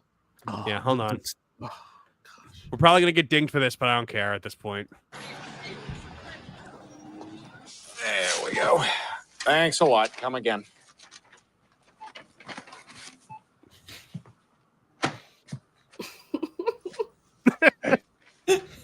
Hello. I'd like to ask a few questions about this breakfast cereal. Yeah. Box of tricks. That's right. I've been led to understand that tricks are exclusively for children. Is that correct? Well, I mean, they say tricks are for kids in the commercials. Is that enforced by law? Not to my knowledge, no. So if I purchase these tricks, there'll be no trouble? No, you should be fine. You do understand that I myself am not a child. I was able to sniff that. That is the greatest delivery of all time. Yeah. Okay, I'm going to bring these back to my apartment. Yeah, you'll be okay. And I won't be followed. No, that's not in our budget here. Hey, I won't forget what you've done for me here today. I would prefer that you do.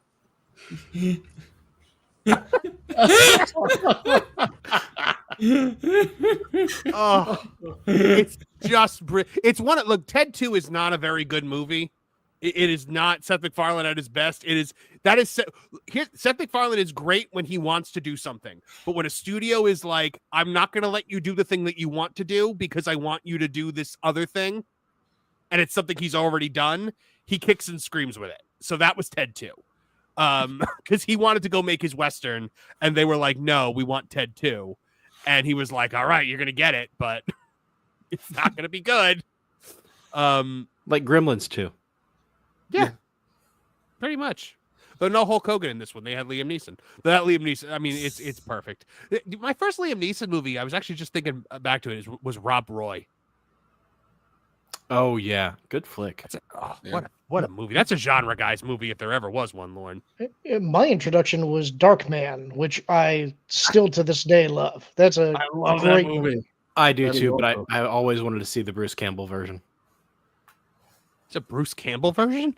He was supposed to be Darkman, but the studio didn't think he was he was seasoned enough to play the character. That's amazing. There's also Liam Neeson is also in a episode of Family Guy where he fights Peter Griffin, and it's amazing because Peter Griffin does not get a single punch off. Or how about the marketing for Taken when they were like, all we have to do is give you this one phone call and show you nothing else from this movie, and you will go see it. I was 100% in. Yeah. I remember sitting in the theaters and seeing that trailer for the first time when he was like, I will find you and I will kill you. I was like, I'm there. I'm here. I don't care.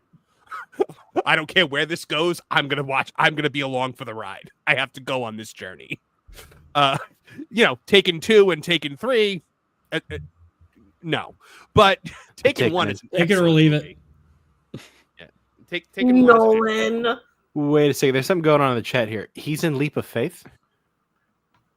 I didn't know that. Huh. Yeah, I forgot that. That's a good movie too. That's when I talk about sheriff. This is a Steve Martin movie, and it was kind of when he was coming to the end of playing his normal jerk character, but he's still playing a jerk character in this. He's a guy who's doing kind of a traveling tent revival kind of thing, a big thing. But he's not really a believer himself, and he goes town to town bilking them out of their money until events in this town sort of give him a change of heart. It's actually a pretty good, wholesome movie. Really good to see. All right, guys. We obviously like to keep things light and fun here. Occasionally, we have to talk about things that are not as fun. And I would be remiss if we didn't bring this up tonight because Hollywood lost a legend. Val Kilmer has unfortunately passed away at 65 years old. He was my Batman when I was a kid, because when I was a kid, it was Batman Forever. So Val Kilmer, the enigmatic and fiercely committed actor whose magnetic screen presence brought unforgettable characters like Iceman, Jim Morrison, and Doc Holliday to life, has died. He was 65 years old. Kilmer passed away Tuesday night in Los Angeles, surrounded by loved ones. His daughter Mercedes confirmed.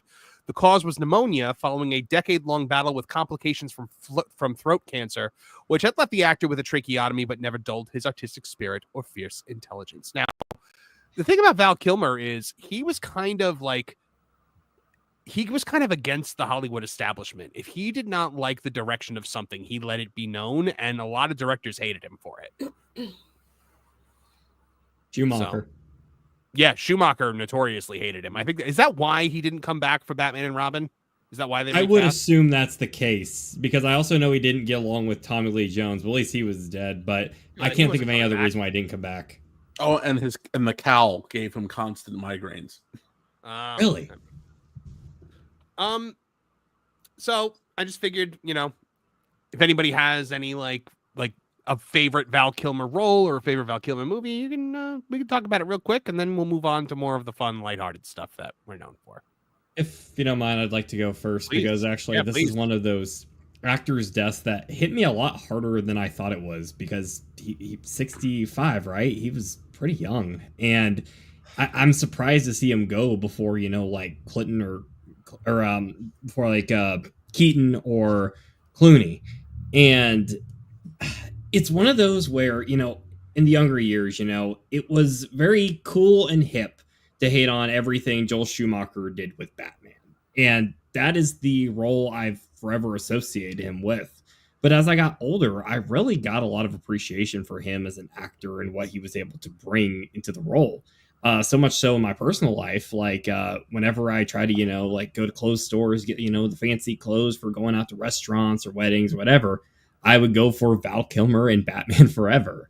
And the passion and artistic style he brought was just something about it is kind of heart-catching in a way. There's like sympathy. You can kind of feel for this guy. I feel like out of a lot of the people that have portrayed the Caped Crusader, he's got some of the most humanity in him, where he doesn't feel like say you're seeing like Clooney. You're seeing a big name actor on screen. I love Keaton, but part of his appeal is he's so otherworldly to him. There's something with Kilmer where he just seems so much more down to earth than some other people. And it just shows how well he did with making these characters feel believable. And, everything I've ever heard from him outside of that, like in the real world of which we all live, he seemed like a good dude. And it's such a shame to see everyone always says whenever someone passes away, they were gone too soon. But I really feel like with Kilmer, that really hit to where he, at the end of the day, made a lot of people happy and inspired a lot of people. And if there is an afterlife ahead, I really hope that he has a great future ahead of him. And it's a shocking celebrity death here to where it hit me harder than I thought. And I just want to say thank you for everything you've done, man. It's pretty awesome. I didn't know that he had throat cancer. I didn't know that had been going on. Yeah, he kept it secret for a very long time. Yeah. Kev, what's your favorite Val Kilmer movie? Oh my God. Well, obviously I'm going to say Tombstone, but Real Genius. Oh, that's a good pull. I you know what? I would say Willow is up there too. I really like him in Willow. Before they ruined it in the Willow remake. So, Lauren, do you have a favorite Val Kilmer? Well, I'm going to be the odd man out here a little bit because I was not a huge fan of Val Kilmer. I didn't care for him too much, but there are a couple of movies that I will say that I did like him in, and the first one is going to be Batman Forever. I'm with you there too. I thought that he did a pretty good job there, but no one would ever touch his Doc Holliday. For me, it's got to be Tombstone. That was an iconic performance that I don't think anybody will ever touch in cinema again. You'll never get a better Doc than his. Right. With Batman, I thought he was a really good Batman, whereas George, and maybe not as strong of a Bruce, whereas George Clooney had a strong Bruce, but was not a good Batman. Because I think that's fair. There was no difference between Bruce Wayne and Batman when Val Kilmer played him. He played Bruce Wayne as like a recluse, like when you talk to him, it's like you're talking to a psychopath. Like, tell me, doctor, do you like the circus? Like, he's talking like Batman as Bruce Wayne, and I was kind of like, anyone that talks to this guy for 2 seconds is going to be like, are you Batman? Well, the thing about that is that I think that's why he was good for the role, is because I could believe perhaps that Val Kilmer is crazy enough to be Batman. I could believe that you might be disturbed enough that I could see this happening. Yeah. I think also that might, in my opinion, that might also be a Schumacher direction problem too, because I think I was thinking about your point the other day. I think Clooney had the same problem. He's the exact same when he has the cowl on. Right, but he acts like Bruce Wayne when he's Batman. Yeah, exactly. It's reversed. Yeah. But Martin, do you have a favorite Val Kilmer movie? Yeah, again, like every other guy on the planet, Tombstone. It's that archaic Georgia accent that he dug up to use. Just those iconic lines like "I'm your Huckleberry." But I loved The Saint when I was a kid. That was a good flick, and I sought out the old TV show later and watched that. But yeah, I really liked him in The Saint and Top Secret. What about you, Trish? Any? I'm not the cinephile of the group, so I won't be like, oh, I love these in particular. But I know enough about him to know that like no one shouted these out yet. Top Gun and The Doors, because he was striking as Jim Morrison. It's a little freakish, and Top Gun's Top Gun. You know what I mean? It's like I have to make it a mission here. I have never seen Top Gun. You know me, I don't judge. Kevin's judging. I can tell Kevin's got the "I'm not mad, I'm just disappointed" look on his face. He does. I said, if Nolan had homework that he had to do and watch Roger Rabbit, certainly you have to take the off ramp to the danger zone. No, you're right. I have to watch Top Gun. Nolan had not seen Who Framed Roger Rabbit? No, we made it last week. We ended up loving it. What'd you think? I loved it. Oh, it was great. I did a little review last week on the show. I thought it was one of the few movies I've ever seen, to keep it short, that it wasn't predictable throughout the whole thing. I was always engaged about what's going to happen. The only reason I knew certain things were going to happen was because of spoilers over the years. I think it's a cinematic classic. I loved it. So did you know that Judge Doom was a tune? No, I didn't know that. I knew how he died, not to spoil for the chat, but I didn't know that it's like a 30-year-old movie, Nolan. You're not spoiling anything. Look, I don't want to spoil. It's new to you, but it's not new. Martin. Rosebud was the sled. Sorry, spoiler alert. Snape killed Dumbledore. You probably learned that from the real Ghostbusters episode. What were you saying, Nolan, about his death scene? Oh no, I had already kind of known from the spoilers over the years, but I do gotta say though, I want to know what he looked like. It would have been so cool to see, but they left it open for a perfect sequel, and they never did anything. And Disney won't touch Roger or Jessica, so but maybe that's for the better. Yeah, I was saying, Marv, after you watch Top Gun, there's a secret sequel that's a SNL skit where they do Iceman the later years, and he's an airline pilot. Yeah, that was a good one. I'll have to watch that too.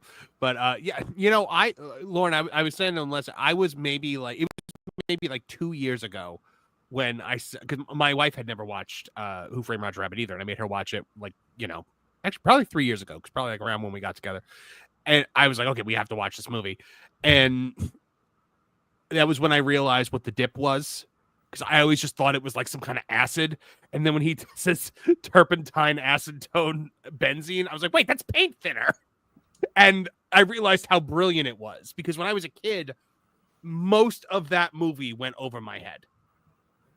Patty cake. And well, patty you cake. can't you can't take away from patty cake. You can't the take patty away cake from. Scene, real quick, I was just gonna say the patty cake scene when I was a kid, like when you get the patty cake pictures, I'm like, well, yeah, of course that's what they were doing. Yeah. As a kid, I never thought anything different. Sorry, go ahead, Lauren. No, I was just going to say, you can't take away from Bob Hoskins' performance, too, because he sells that movie. As Eddie Valiant, it's an amazing performance. I think some of the best work he ever did. Best part of the movie. I was shocked by that. He was the highlight. And what I said to Nolan last week about it was the fact that he plays it so straight-laced and so serious for the whole movie is what makes the medley when he's killing the weasels so like pops so much, because he's being so wacky and so out there. It was perfect. It was, nobody else could have done that. In Disney's Hollywood Studios, there is a hidden Roger Rabbit reference above Play and Dine in Hollywood and Vine. The windows above the restaurant is Valiant and Valiant, and it has the Roger Rabbit cutout in the window of when he jumps through the window.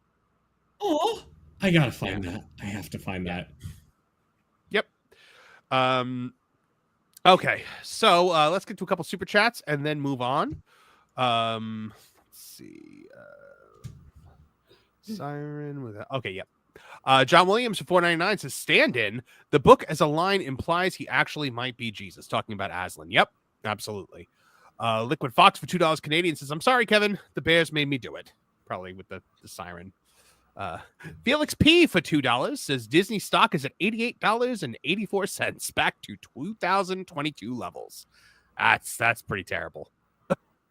That's pretty awful there. But that no financial advice, but no, yes. No financial advice given on this show, as our good friend Pro likes to say. But man, oh man, that's bad.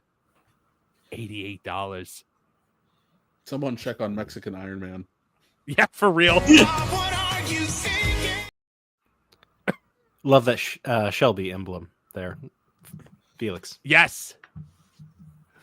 John Williams for $4.99 says, you joke, but maneless lions are horrifying, especially a male one. There were 2 who killed over 135 men, likely just for sport. Yeah, and I actually mentioned that's another Val Kilmer movie. Yeah, The Ghost in the Darkness. Good one.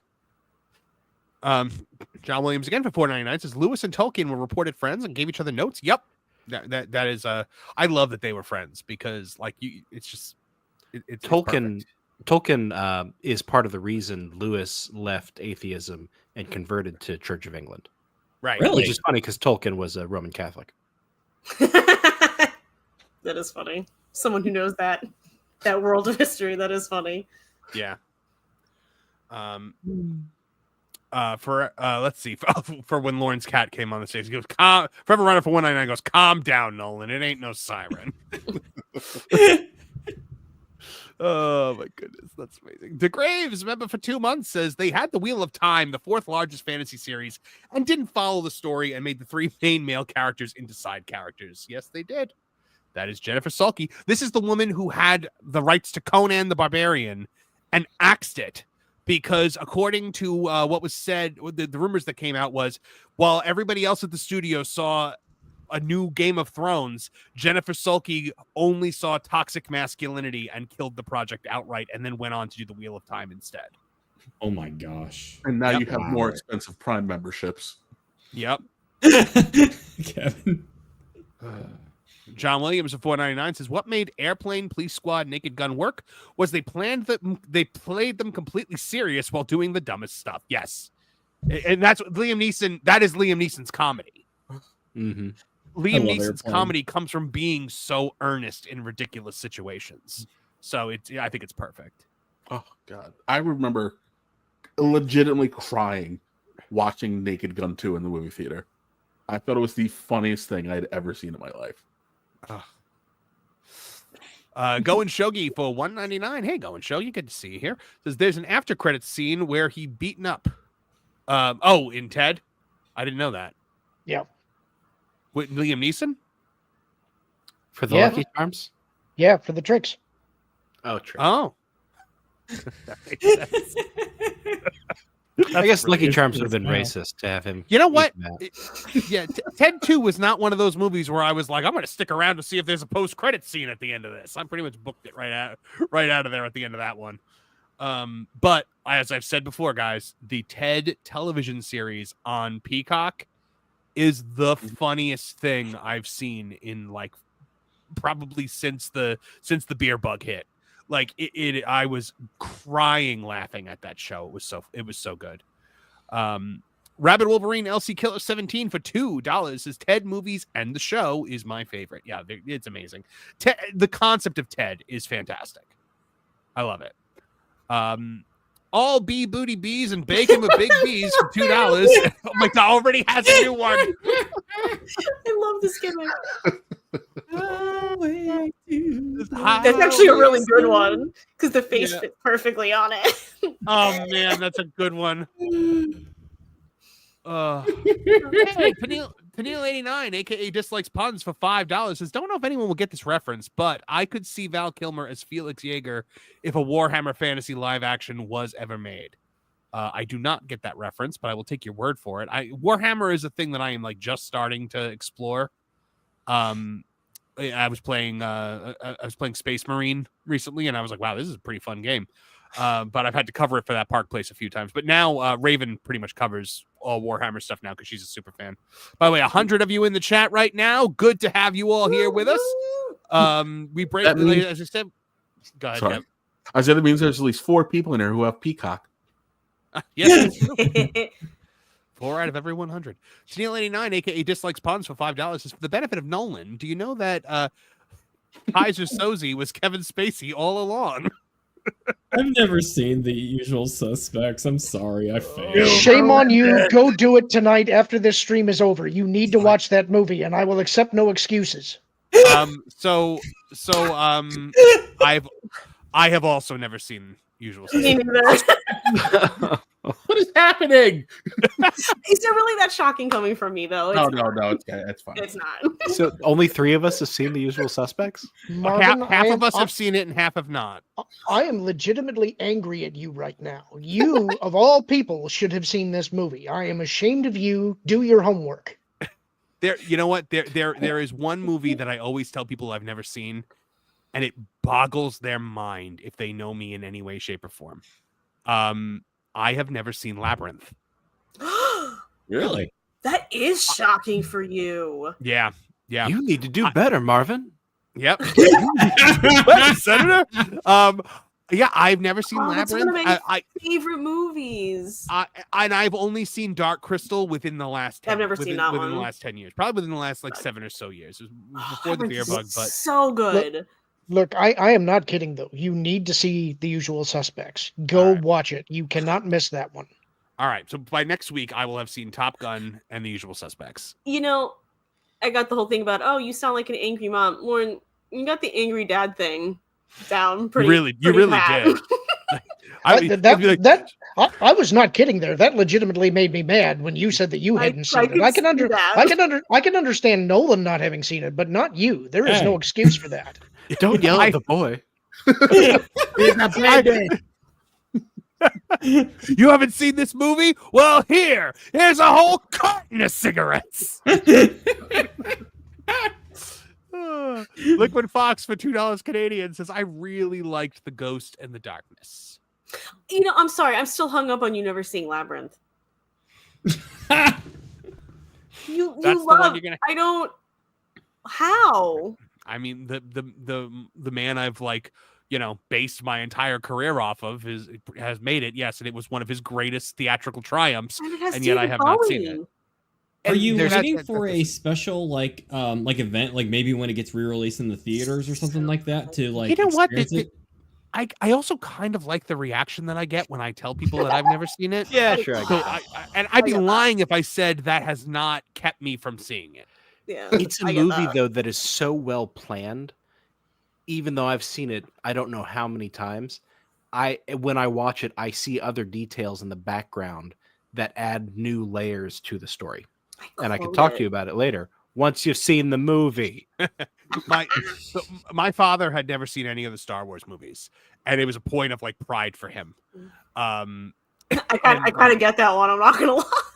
Yeah, and like he loved it, but he wanted me to see Hamilton, like watch Hamilton on Disney Plus. Because I feel like when you're at a friend's house, they're getting in trouble. That's amazing. So he wanted me to see Hamilton, and so I said, I will see Hamilton if you will watch Star Wars. And so we traded, and he hated Star Wars and I hated Hamilton. So I'm wounded by the chat right now. Why? The What's artist going on? formerly known as Dr. John Cuxack. Labyrinth is dumb. Labyrinth is not dumb, sir. I reject Is this. that the film with the Bowie bulge? Yes. Yes, it is. No, if the premise is that she wished her baby brother was gone, I mean, look, I had two younger brothers. I get it. It's her stepbrother. Yeah, it's her. Yeah, it's like her half brother or something, right? Yeah, half brothers. Yeah. I'm just saying, I was 3 when my one brother came into this world, and I had a pretty good run of things for 3 years, and everyone was making a huge fuss out of this screaming little lump, and I did not see what all the lump. To be perfectly frank, I still don't see it. Wait a Two of my old. Go ahead, Kevin. Oh, go ahead, Nolan. I was just gonna say Jennifer Connelly's in this movie. I need to expedite that one. Okay, go ahead. I'm glad you cut Kevin off for that one, Nolan. Thanks. No. I know my priorities. Don't worry. Go ahead, Kevin. I understand. I get it. So 2 things. 2 of my oldest friends. The one I referred to as principal. He is the older of the 2 brothers. When the youngest came home, and he met him for the first time, he turned to his mother and said, "Okay, when does he go back?" And then the second part is I have a confession to make. Mm-hmm. I have never seen Hamilton. Like the musical, I've never seen it either. Yeah, you're better off. Same. I have to reverse the fatherly role, Kevin, I'm proud of you. My dad, he's like watching me watch this, and he's just like you love it, right? And I'm like, no, this is crap. Oh, he thought you were gonna love it. He thought I was gonna love it. He's so let down. He thought I was gonna be like enthralled by it. I'm like, this is garbage. What are they even saying? He was like, if we saw that in the theater live, you would have been on your feet at the end of it. I said, no, I would have been like, what the heck are they saying?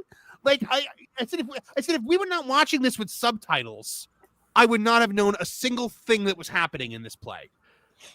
Did he have like a very quiet moment after the movie viewing, like on the porch in like a chair or something like that, contemplating like, where did I go wrong in life with my son? He's like, I thought I understood him. That happened many times. When I started playing with puppets. We started playing what? When I started playing with puppets instead of baseball, that was when it was kind of like, what have I done? May I make a second clip request? Yes. Can you clip Amos Diggory shouting "my boy" from Goblet of Fire? Please, yes. Thank you. You have to remind me during the week because I always forget which clips I have to pull. Okay, because we've referenced it way too many times. I laugh so hard every time you have to clip it. Oh my gosh, yes, but yes, I have not seen Labyrinth, I have not seen Usual Suspects, and I have not seen Top Gun, and I will see at least 2 out of the 3. A couple wanted my wife and I to go see Hamilton because I'm such a history buff, and I kept putting it off, and finally she was just the wife is just getting kind of pushy about it. I said, You do realize I think that Aaron Burr saved the Republic, right? Amazing. Oh, They don't talk to us so much anymore. The only thing that Hamilton gave me was that I did that one Tony Khan parody song for Toontown Wrestling with the "You'll Be Back" about Cody Rhodes. So that is the one thing it gave me. The only song that I liked was the one that the King sang because I thought that was funny. But other than that, I was just like, I don't know what they're doing. I was like, I already have 1776. Why do I need this reboot of it? Like, I did not like it. Did not like, do not recommend. Jonathan Groff was King George. This made me think about how he was in, why do I want to call it Mindhunter on Netflix. And that show was so good. And it only got 2 seasons, and then they stopped making it. I think part of that was it was David Fincher, like, just had other things he was doing. But it was so good, and it was just like another example of a great show on Netflix that just got cut, like just out at the knees. I don't know if anyone else here has watched it. I'm assuming you have not, Marv, but it was just really, really good. And I'm still a little bitter. I'm still a little bitter that it never came back. And he was excellent in it. That's the main thing I know. I know he's big in theater, but that's what I know him from. So he's a man eater, man. All right, we will get to the rest of the super chats after a couple of more stories because I want to get into this Gina Carano stuff. But guys, remember we do break for $50 or more. So if you send a $50 super chat or more, we will stop whatever we're doing and talk about it. So the Gina Carano story is twofold because first of all, Disney the hits keep coming from Disney to Gina Carano. Disney-owned ESPN left Gina Carano off of a list of the top women in MMA who helped shape, or the top women who helped shape MMA, changed MMA in the 21st century. So what can only be described as another stunning example of Disney rewriting history, ESPN, the sports media giant owned by the House of Mouse, released a list of the top 10 women who changed MMA in the 21st century and completely excluded Gina Carano. Yes, ESPN excluded the same Gina Carano who helped build women's MMA into what it is today. The list, which features names like Ronda Rousey, Amanda Nunes, Holly Holm, and Chris Cyborg, was presented with the tagline, Champions, Trailblazers, Hall of Famers, and Icons. These stars shattered stereotypes and elevated women's MMA to unprecedented heights. But somehow, the woman who literally brought women's MMA to the national spotlight, who headlined the first major televised female MMA fight and helped establish the sport's legitimacy, didn't even get a mention. Even UFC president Dana White wasn't having it when he blasted the list and called out Disney for this slight. He said Gina Carano not being on this list is insane. And Carano never wanted to back down, took to X to clap back at Disney and ESPN directly. She said, you think ESPN MMA do not have qualified journalists who know real WMMA history, or are they trying to rewrite history by keeping me out of it? Even Dana called them out. No, they will not be rewriting my history. If anything, she said, they're writing themselves into mine. When I get through this, I think jaws will drop. Thank you, everyone, for the support. And here's the original post that they put out. And then here's Gina's response to it. And yeah, I mean, look, at the end of the day, if ESPN won't give Gina Carano the recognition she's due, we will. And here's the history. An MMA record of 7-1. Active from 2006 to 2009. Worked for Elite XC and Strikeforce. Background. Carano began in Muay Thai with a 12-1-1 record, encouraged by her then boyfriend, professional fighter Kevin Ross. Key fights and achievements. First ever sanctioned women's MMA bout in Nevada, where she defeated Leticia Pestova in 38 seconds. Defeated Rossi Sexton at World Pro Fighting, won via KO late in round 2. First female fight in Strikeforce on December 8th, 2006, beat Alana Maxwell via unanimous decision. First televised female fight on Showtime, February 10th, 2007, where she beat Julie Kedzie in what was called Fight of the Night. First submission win came in September 15th, 2007, when she defeated Tanya Evinger with a rear naked choke. Elite XC Primetime, where she defeated Caitlin Young after failing to make weight by 0.5 pounds, but still fought and won. Defeated Kelly Kobold on October 4th, 2008, won by unanimous decision despite early takedown challenges and weight controversy. And, of course, her historic championship bout, Carano versus Cyborg in 2009, the first major women's MMA championship bout. Though Carano lost to Chris Cyborg by TKO at 4:59 of round 1, the fight was monumental in legitimizing women's MMA on a national stage.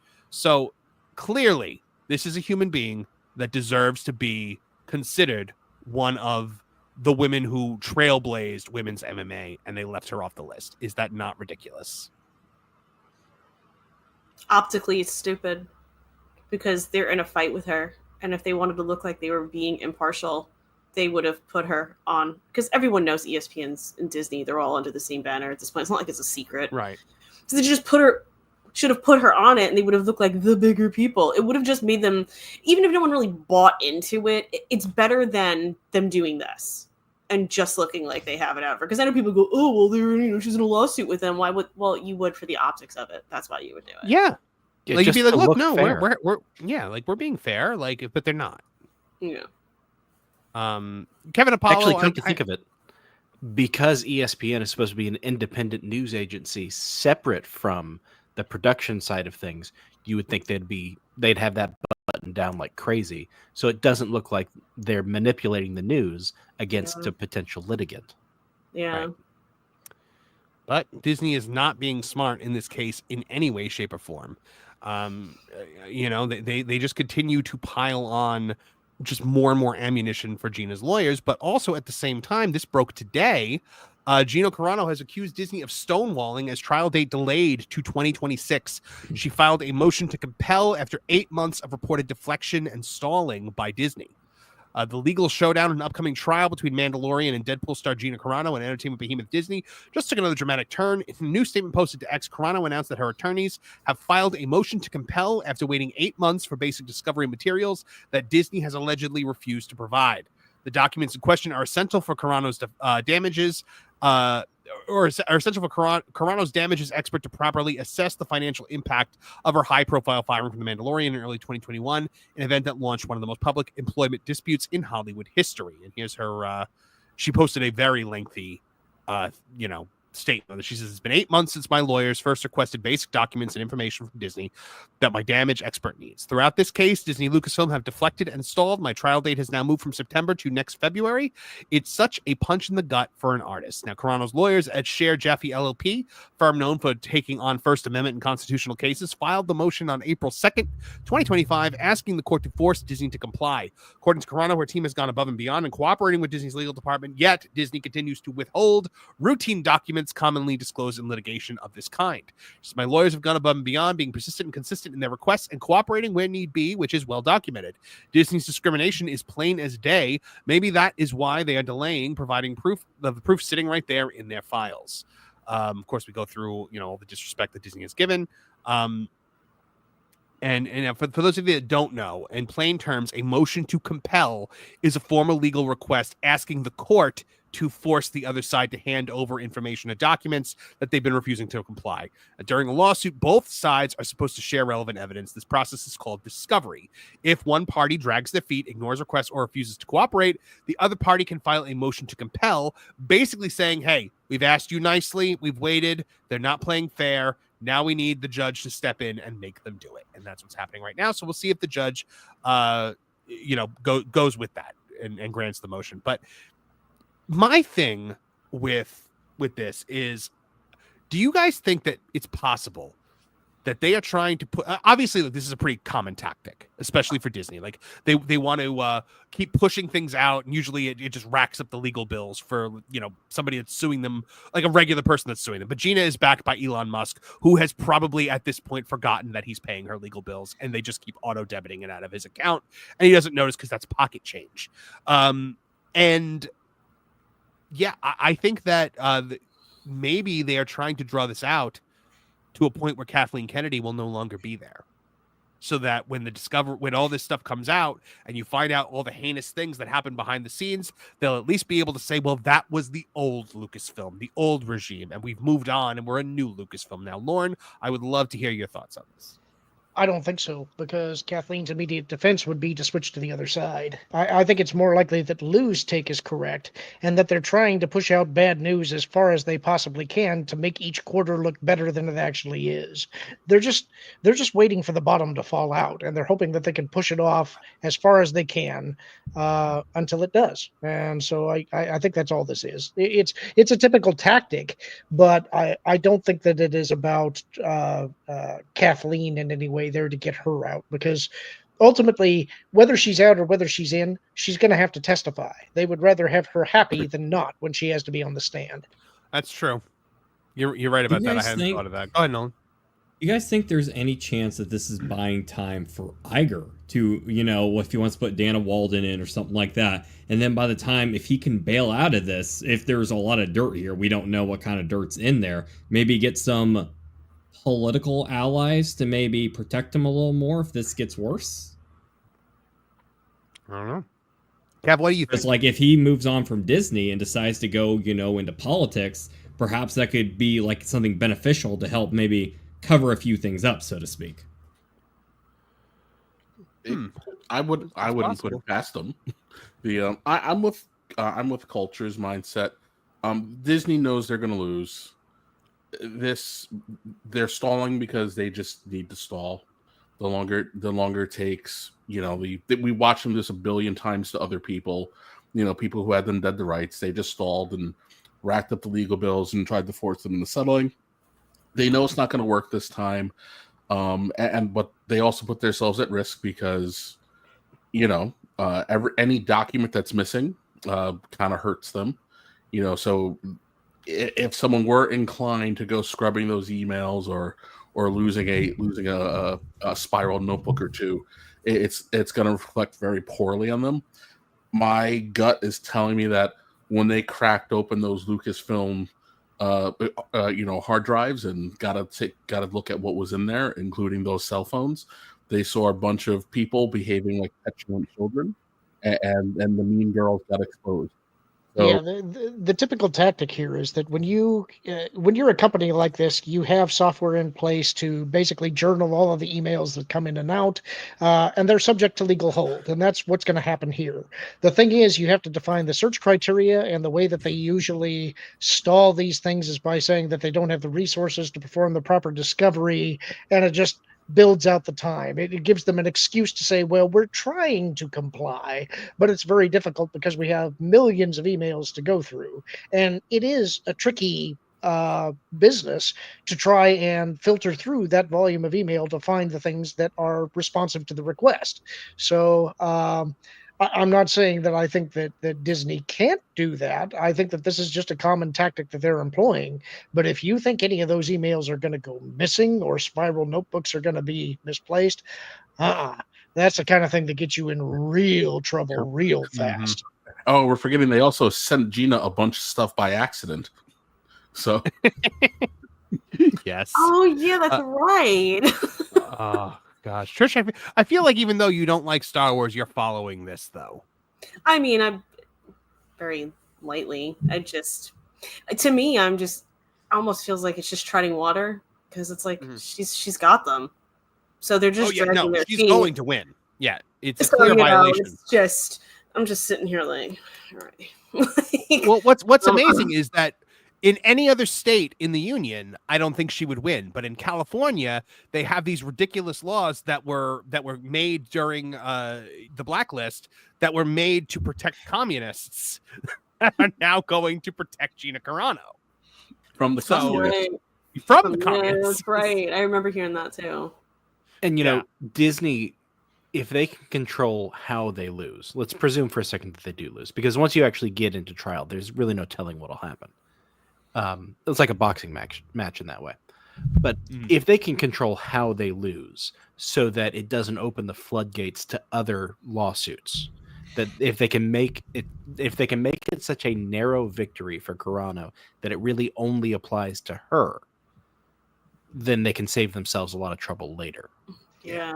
I think that would have been easier had they not had so many creative differences with so many different directors and producers and stars, because I guarantee you there's going to be other people that have dirt that if she gets any kind of win, they're going to come back and say, what about us? All the Imagineers who got thrown out, they know they're in trouble. Well, and how many people have reached out to Gina's law team? We couldn't possibly know, and said, "Oh, hey, you guys might want to check into this." Yeah. Well, I think Nolan just hit the nail right on the head, because the second that Gina wins this, you know what's coming next.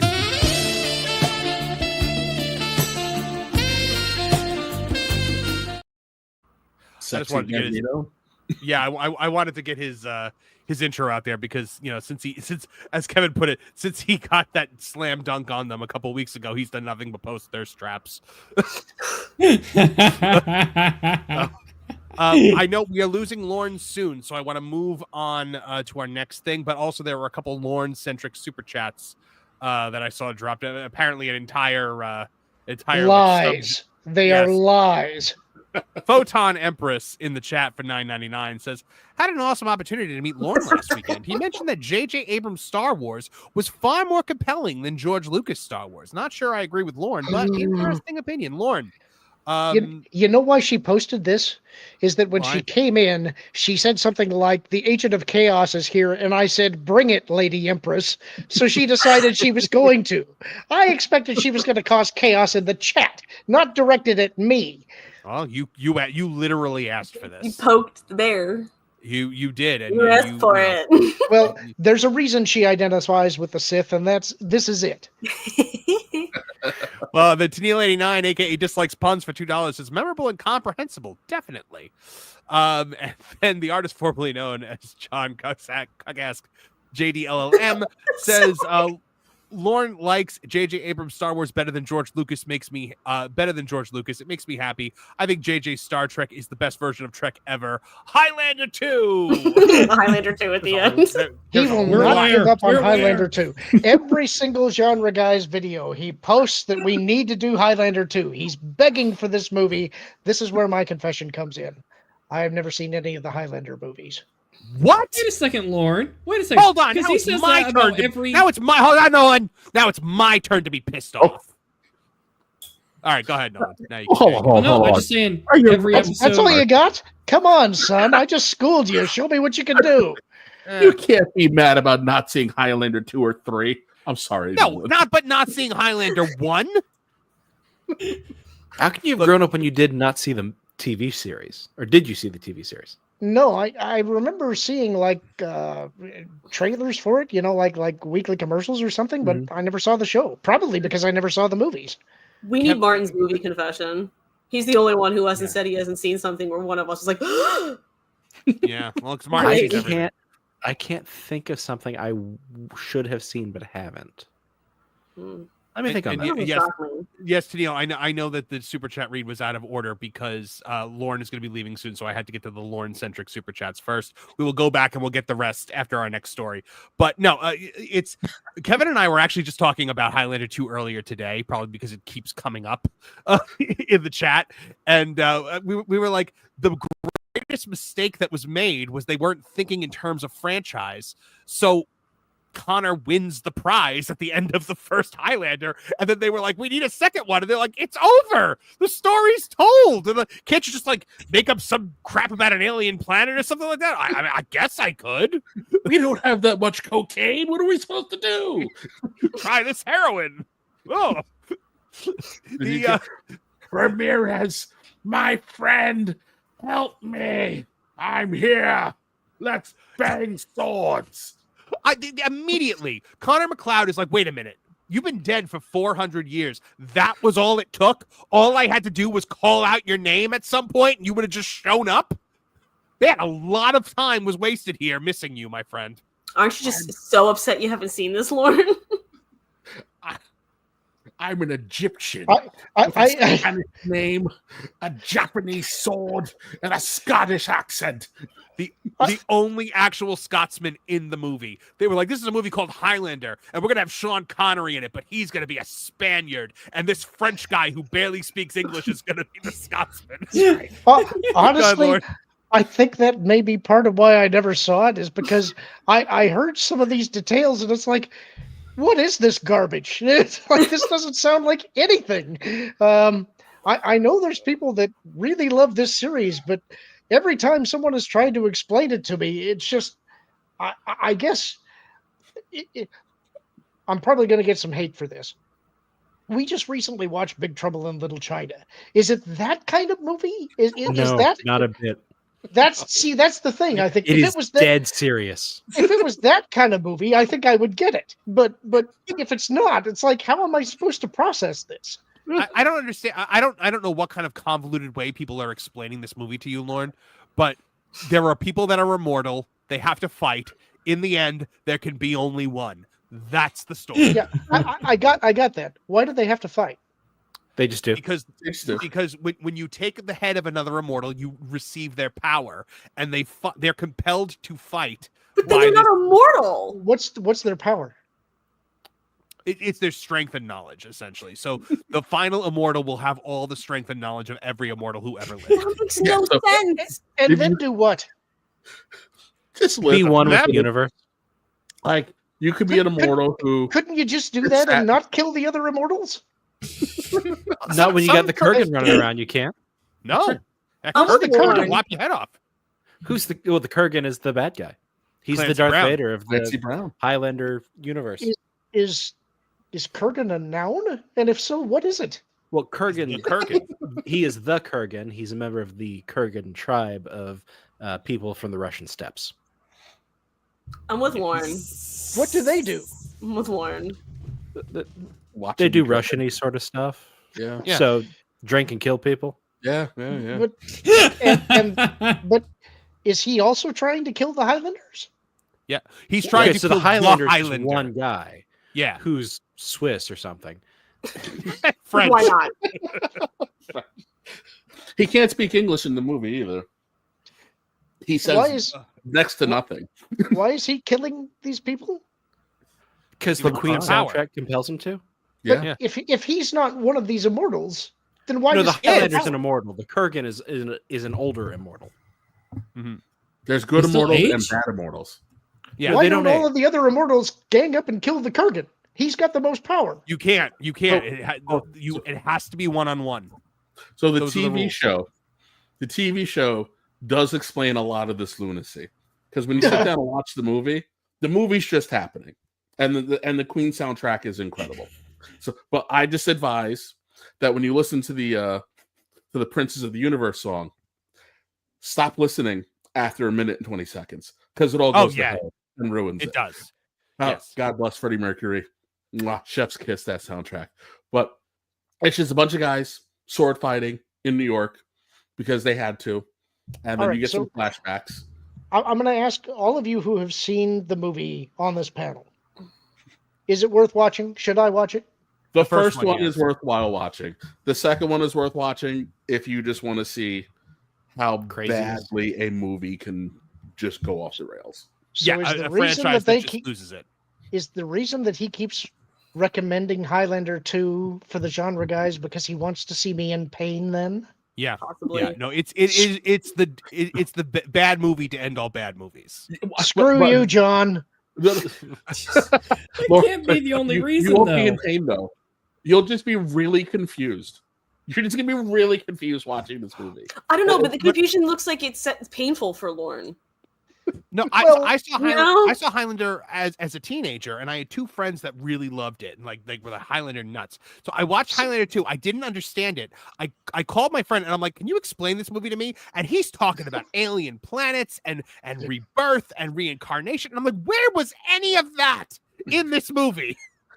So like, I'm going to be honest with you. It's like I have a feeling I might actually like this thing because I can like schlock, but I do like there to be an explanation for it. It's like if it's just, well, we got to kill each other because honestly, I just want your power and your knowledge. It's like, well, why? There are some exposition dumps that Sean Connery does in Act 2. They are compelled to fight each other. There's some kind of source out there. Don't ever watch Highlander the Source. Don't ever watch Highlander the Source. There is some source out there that compels them to fight each other. And so if a bad immortal is the last one and wins the prize, he will be able to bring ruin on mankind because the prize is ultimate power. Yeah, and Connor goes up against the Kurgan basically to prevent the Kurgan from having enough power to dominate all of life on the planet. Mm-hmm. He doesn't want the power for himself. He wants to prevent somebody evil from getting it. Yes. Yes. And so at some point in time, after hundreds of years, the immortals will all be compelled to gather in one spot called the Gathering. And that's basically, it's like there's only a few of them left and they have to just go at it. And it turns out that spot is the Bronx. Yeah. Yes. Yes. Also, the TV show is amazing based on the fact that the swords come out of nowhere. Like Duncan MacLeod could be wearing a Speedo and a fanny pack, and he will unzip the fanny pack and a samurai sword will come out of it. Like it's, I was literally watching an episode before we went on the air today because I was going through Tubi. I'm like, oh, Highlander's on here. And Amanda literally reaches behind her back, like on her neck, and she just pulls out a broadsword. And I'm like, where did that come from? So like, how many of these things are there? So there's 3 5 movies seasons with of Connor. TV show plus a spinoff. Yeah. Holy cow. Yep. It's been a Highlander the Raven. Three movies with Christopher Lambert. And then there was a movie in theaters based on the TV show that brought so in the TV show, it's not Connor MacLeod, it's Duncan MacLeod. It's his Klansman. So there are 2 Highlanders, but Connor is in the first episode. And then Endgame brings Connor and Duncan together for a big adventure. So it's like, if you loved the movies and the TV show, Endgame was like your reward for it. And Endgame is actually very good. But then they put out this made for DVD movie called Highlander the Source. And it was the worst thing I've ever. It was legitimately the worst thing I've ever seen in my life. Then there's the kids' cartoon show. Yes. The anime. Yes. Which the kids' cartoon show tries to explain all the nonsense from the second movie. So you can skip it. But if you just want to understand what they were trying to do in the second movie. Which it sounds like Lord needs to be able to understand. Yeah, I think this is where you kind of lose me, is because once I get into something, I do all the stuff, and there's only so much stuff I can process. You know, it's like I don't want to devote months to this. So maybe I'll watch the first one, but I don't know if I can commit to more than that. Watch the first one. If you like it, try the series. The series is kind of its own timeline, though. The first movie basically, like, Connor killed the Kurgan, but he didn't win the prize, essentially, in the series. And the first episode of the TV show kind of addresses that. Like, they pretty much go, no one on Earth has to be compelled to watch Highlander 2. You only watch it if you choose to. Yes. May God have mercy on your soul. And Michael Ironside's the villain. I will also say that the series is incredible if you like really bad 90s acting. Like, I'm Slade the cat because I play with my prey. It's terrible. It's a really good show. Like, the show itself is very good. So every episode, it's like there's a new immortal threat that Duncan has to face, and it somehow ties into his past. So you're getting flashbacks and present day. So and there is a kid immortal who pesters him across a couple episodes, across a couple seasons. Yes, there is. Okay. Yeah. You stop aging when you die. Because all the immortals. So does everybody. That's kind kind of how it works. Well, yeah, but they get to die a first time. Yeah. And then keep going. So you get a freebie. But they're immortal, but they can die. You could be killed. You don't age. They can be you killed. Don't die of old age. Oh yeah, that's a quirk too. If you were never killed and you die a natural death, then you could go through your entire life and not know that you were actually supposed to be an immortal. Yeah, you have to. Like, you only become immortal if you die a violent death. I'm out. Were you ever in? No, but I'm definitely out now. So this is my version of Lorne needing to understand, like, none of those words go together. So no. In about 2 years, we're gonna have the guy who makes John Wick and Henry Cavill trying to explain this again to a modern audience. Wait a minute. Wait a minute. I just got to get this out. So you're an immortal, but you die a natural death because you did. Whoa! I'm not done yet. You die, never finding out you're an immortal. Yeah. Your immortality has to be activated. That's not how that works. It's activated by the shock of a violent death. It's like those old So at the gathering at the end of time, something like that. At the gathering at the end of time, when all the immortals have to face each other, does the guy who doesn't know he's an immortal show up and go, "What the hell is going on here?" No, because he hasn't been killed. As He an hasn't been immortal. activated. Hi guys, I'm Ted. I'm an accountant. What are we? I got this weird buzzing feeling in my head, and I just showed up here. What's going on? Lauren, why you does and that? I. Why does Why does everybody have Crown a law swords? sword? Where are you keeping those swords? Martin, you said Ted, and now I feel like Ted during the scene when Liam Neeson comes in the grocery store. I'm like, what in God's name is happening right now? I legitimately think I have to clip this entire section and put it out as its own video as the gang try. We can make it like the It's Always Sunny. in Philadelphia. The gang tries to explain Highlander to Lorne. The game talks Highlander. I can't. I got a morbid curiosity. You've got me to a I place don't. where I sort of want to see this just to try and understand it, because obviously this it's something for some of you out there. So there's got to be something to it. Immortals Lauren- who need to die to become immortal. I know my brain is not. Well, but Lauren, see, because they're from if you- they're aliens from another planet who've been reincarnated. No, don't go there. Is this in the Book of Mormon somewhere? It's a Paradise Dianetics Planet. reboot. Oh my gosh. Lord, if you watch the movie and you like it and you want to watch the series, I will watch the series with you and we will come on stream and talk about it. That will be an interesting day. I legitimately think you will like the first movie. Well, you're an optimist. It's a self-contained story. There are questions, and we all Apparently not.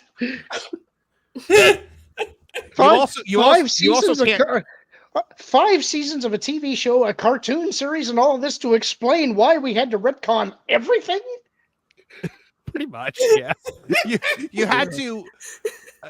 So not only you can only fight one-on-one, and you Not can't on holy fight, ground.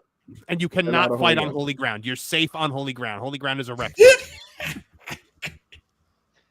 So like cemeteries, churches, monasteries. These are reincarnated aliens. Yeah, well, kind of. Why yeah. is the Ignore the ground second. holy to them?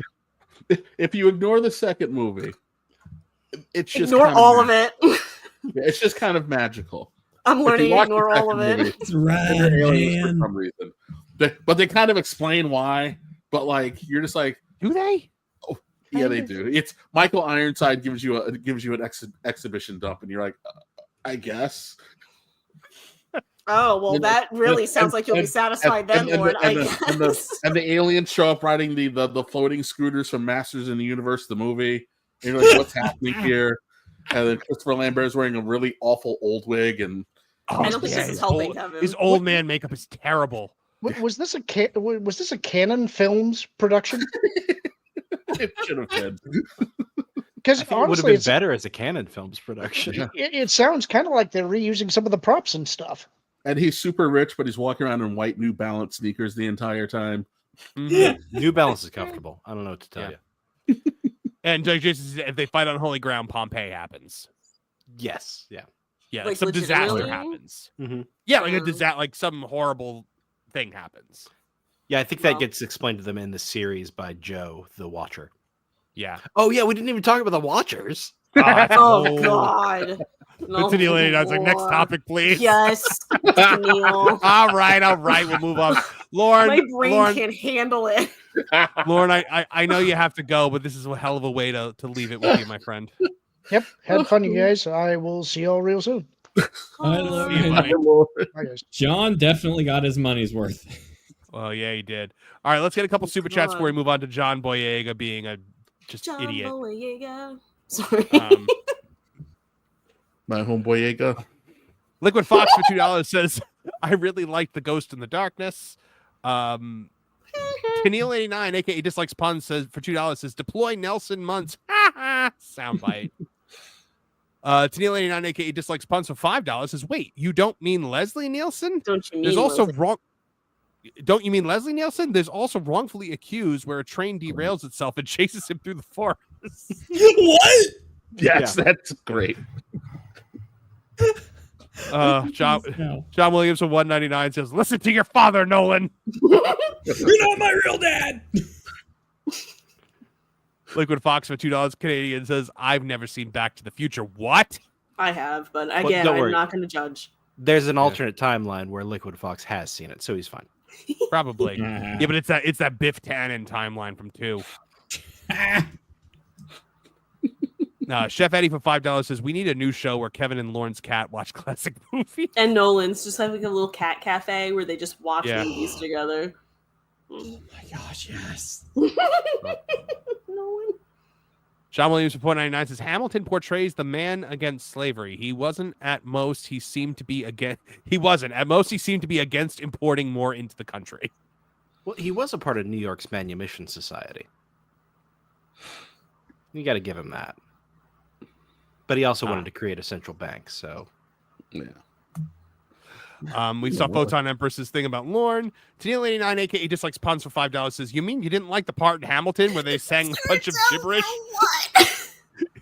Turn down for what? Herbal burble?" But it was memorable, etc.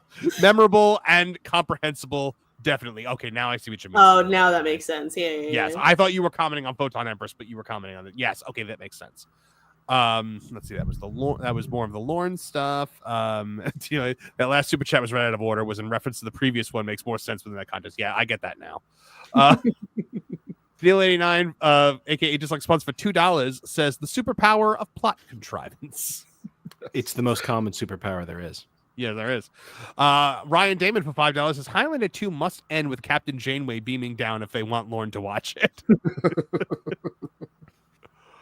Oh my gosh. Photon Empress for $9.99 says, "Martin Stone, have you seen the following movies? Clue, The Never-Ending Story, Rocky Horror Picture Show, Star Trek 2, Star Trek 4, The Hunt for Red October, and Crimson Tide." I'm gonna hang out with Photon Empress. Yes to all of those. I saw the first 3. What's that? I've seen the first 3 myself. In fact, I saw Rocky Horror at a midnight show. You did? I did. I always wanted to do that. Wow. I used to manage the weekly Rocky Horror Picture Show in the old Pro River Theater. Did you? Yeah, for an entire for 2 I gotta summers. say, for me, the weird one is that I have seen Rocky Horror. It's not really my thing. Yeah, actually, sitting and thinking about it, yeah. And a midnight showing. What the heck? Oh my goodness. Neil 89, aka Dislikes Puns, said to Lauren. I'll screen cap these and send them to Lauren. I'm sorry, I didn't realize we had more Lauren super chats. By that criteria, I definitely recommend 40K and watch Warhammer's Secret Level then. Okay, I'm going to make sure he knows that. Neil 89 also says, "I think I'm of a mind with Trish on this one." That's about right. Highlander. You're sane then, Tino. Andre Adams for 199 says, "The Kurgan gave Nolan that haircut." Ooh. It's better to Andre burn out than to fade away. The Kurgan is Mr. Crab. For your generation. Yeah. Oh, Clancy. He's okay. Yeah. Wasn't he also Surtur in Thor Ragnarok? Wasn't he also the voice for that? Yeah. Yeah, he is. Happy Halloween, ladies. And the artist formerly known as John Cook SDD, JDLLM says Hamilton better than Spider-Man Turn Off the Dark. Well, I mean, nobody died. So I guess yes. Turn off the dark. I never saw Spider-Man Turn Off the Dark, but one of my friends did, and he said that literally whenever they would go up in the air, EMTs would run into the aisles. Like just waiting for one of them to... Oh my god, that's horrible. Well, because so many people got injured in that show. Yeah, no, I remember hearing about it. Oh, so many people. Like that show was responsible for like half the horrible injuries in New York that year. That's impressive. Mm-hmm. Yep, it was no longer cab drivers and distracted pedestrians. It was all Spider-Man Turn Off the Dark. All right, so John Boyega has attacked Star Wars fans over perceived racial prejudice. He is no longer blaming Lucasfilm or Disney. So we won't touch on this for long, guys, because I feel like everyone's already kind of said everything there is to say about this. But so John Boyega was in a documentary called Number One on the Call Sheet, Black Leading Men in Hollywood. He shared his views on the franchise's perceived lack of representation and takes aim at the fan base instead of the studio. It says Star Wars always had the vibe of being in the most whitest elite space. Because yes, old school Star Wars fans can tell you we were clearly the elite in the 80s and 90s. We were the creme de la creme of society. We weren't outcasts at all. Boyega said during the documentary, it's a franchise that's so white that a black person existing in it was something. He then pushed back on common rebuttals from fans who point to legacy characters like Lando Calrissian or Mace Windu as examples of diversity of the franchise. He goes, you can always tell it's something when Star Wars fans try to say, well, we had Lando Calrissian and we had Samuel L. Jackson. He said, it's like telling me how many cookie chips are in the cookie dough. They just scattered in there, bro. Yeah, but they're the most delightful part of the chocolate chip cookie. And let me tell you something. If you announced, maybe in a different era before Kathleen Kennedy, that they were doing like a Mace Windu TV show, the fans would have been overjoyed. Yeah. I mean, that's not, because they're okay with us playing the best friend, but once we touch their heroes, once we lead, once we trailblaze, it's like, oh my God, that's just a bit too much. They're pandering. John Boyega would do well to remember that the most common critique of the Star Wars sequels is they did Finn dirty. I don't even know Star Wars, and I know I've heard that. That's how common that opinion is. Heard that. Because in all of the promotional material for this movie, they made it seem like he was a Jedi. He was a former stormtrooper who became a Jedi. Everybody was down for that as a cool concept. And then they had to do the J.J. Abrams bait and switch where it's not him, it's actually Rey, this girl who's just magically good at everything. Instead of getting a compelling story about someone turning from the Empire and joining the Jedi, it was just this girl is great at everything and she's a Jedi. And he became a joke. Literally, he gets like he sacrifices himself at the end of the first movie, gets his spine severed essentially, and it ends the movie in a coma. And you're like, I can't wait for the next movie when Finn is going to wake up and have some big heroic moment and save the day. And literally, when he wakes up, they just do a look at his butt joke. Yep, he's walking around in a leaky wetsuit. Yep, and his butt. He's mad at the wrong people. Well, he was mad at Disney. So first of all, here's another thing Disney did. So here is the Chinese poster here on the left of The Force Awakens. Now here is the American poster. I'm sorry. Hold on. Let me get my glasses to see him on the Chinese one. Yeah, exactly. Hold on. You'll need a magnifying glass. So you can see on the right here, John Boyega in the American one. And then in the Chinese one, he's all the way down here. Tiny. Yeah. So, that's Disney for you. So then when he interviewed with GQ in 2020, he publicly criticized Disney's handling of his character and says, what I would say to Disney is do not bring out a black character, market them to be much more important in the franchise than they are, and then have them pushed to the side. It's not good. I'll say it straight up. He continued, you guys knew what to do with Daisy Ridley. You knew what to do with Adam Driver. But when it came to Kelly Marie Tran, when it came to John Boyega, you know nothing. They gave all the nuance to Adam Driver, all the nuance to Daisy Ridley. Let's be honest. Daisy knows this. Adam knows this. Everybody knows this. I'm not exposing anything. But then, of course, it was announced that they were making a movie based on Rey. John Boyega saw an opportunity to get a paycheck. And all of a sudden, I'm open to all characters and scripts that are enjoyable, have a great cast, and are attached to a terrific director. What has he done since Star Wars? He was in that movie. He was in The Woman King. What the hell is that? Exactly. So, I mean, I think that explains everything. The Woman King is a movie where we decided to completely and totally erase the actual history of a tribe of Africans who were the enslavers. Yes, I think I remember when this came out. Make it a strong woman. And make it a strong woman. I do remember this now that you say it. And then you have Pacific Rim 2. I think there was one other thing. And I think he made Attack the Block 2. And I can see how memorable it all is because you're saying I think there was one other thing. But essentially, he's just sat at home.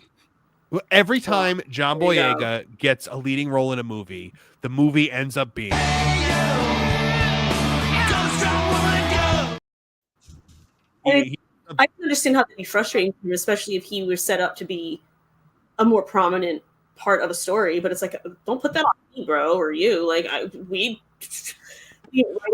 all the promotional material for that movie was John Boyega holding a lightsaber. Mm-hmm.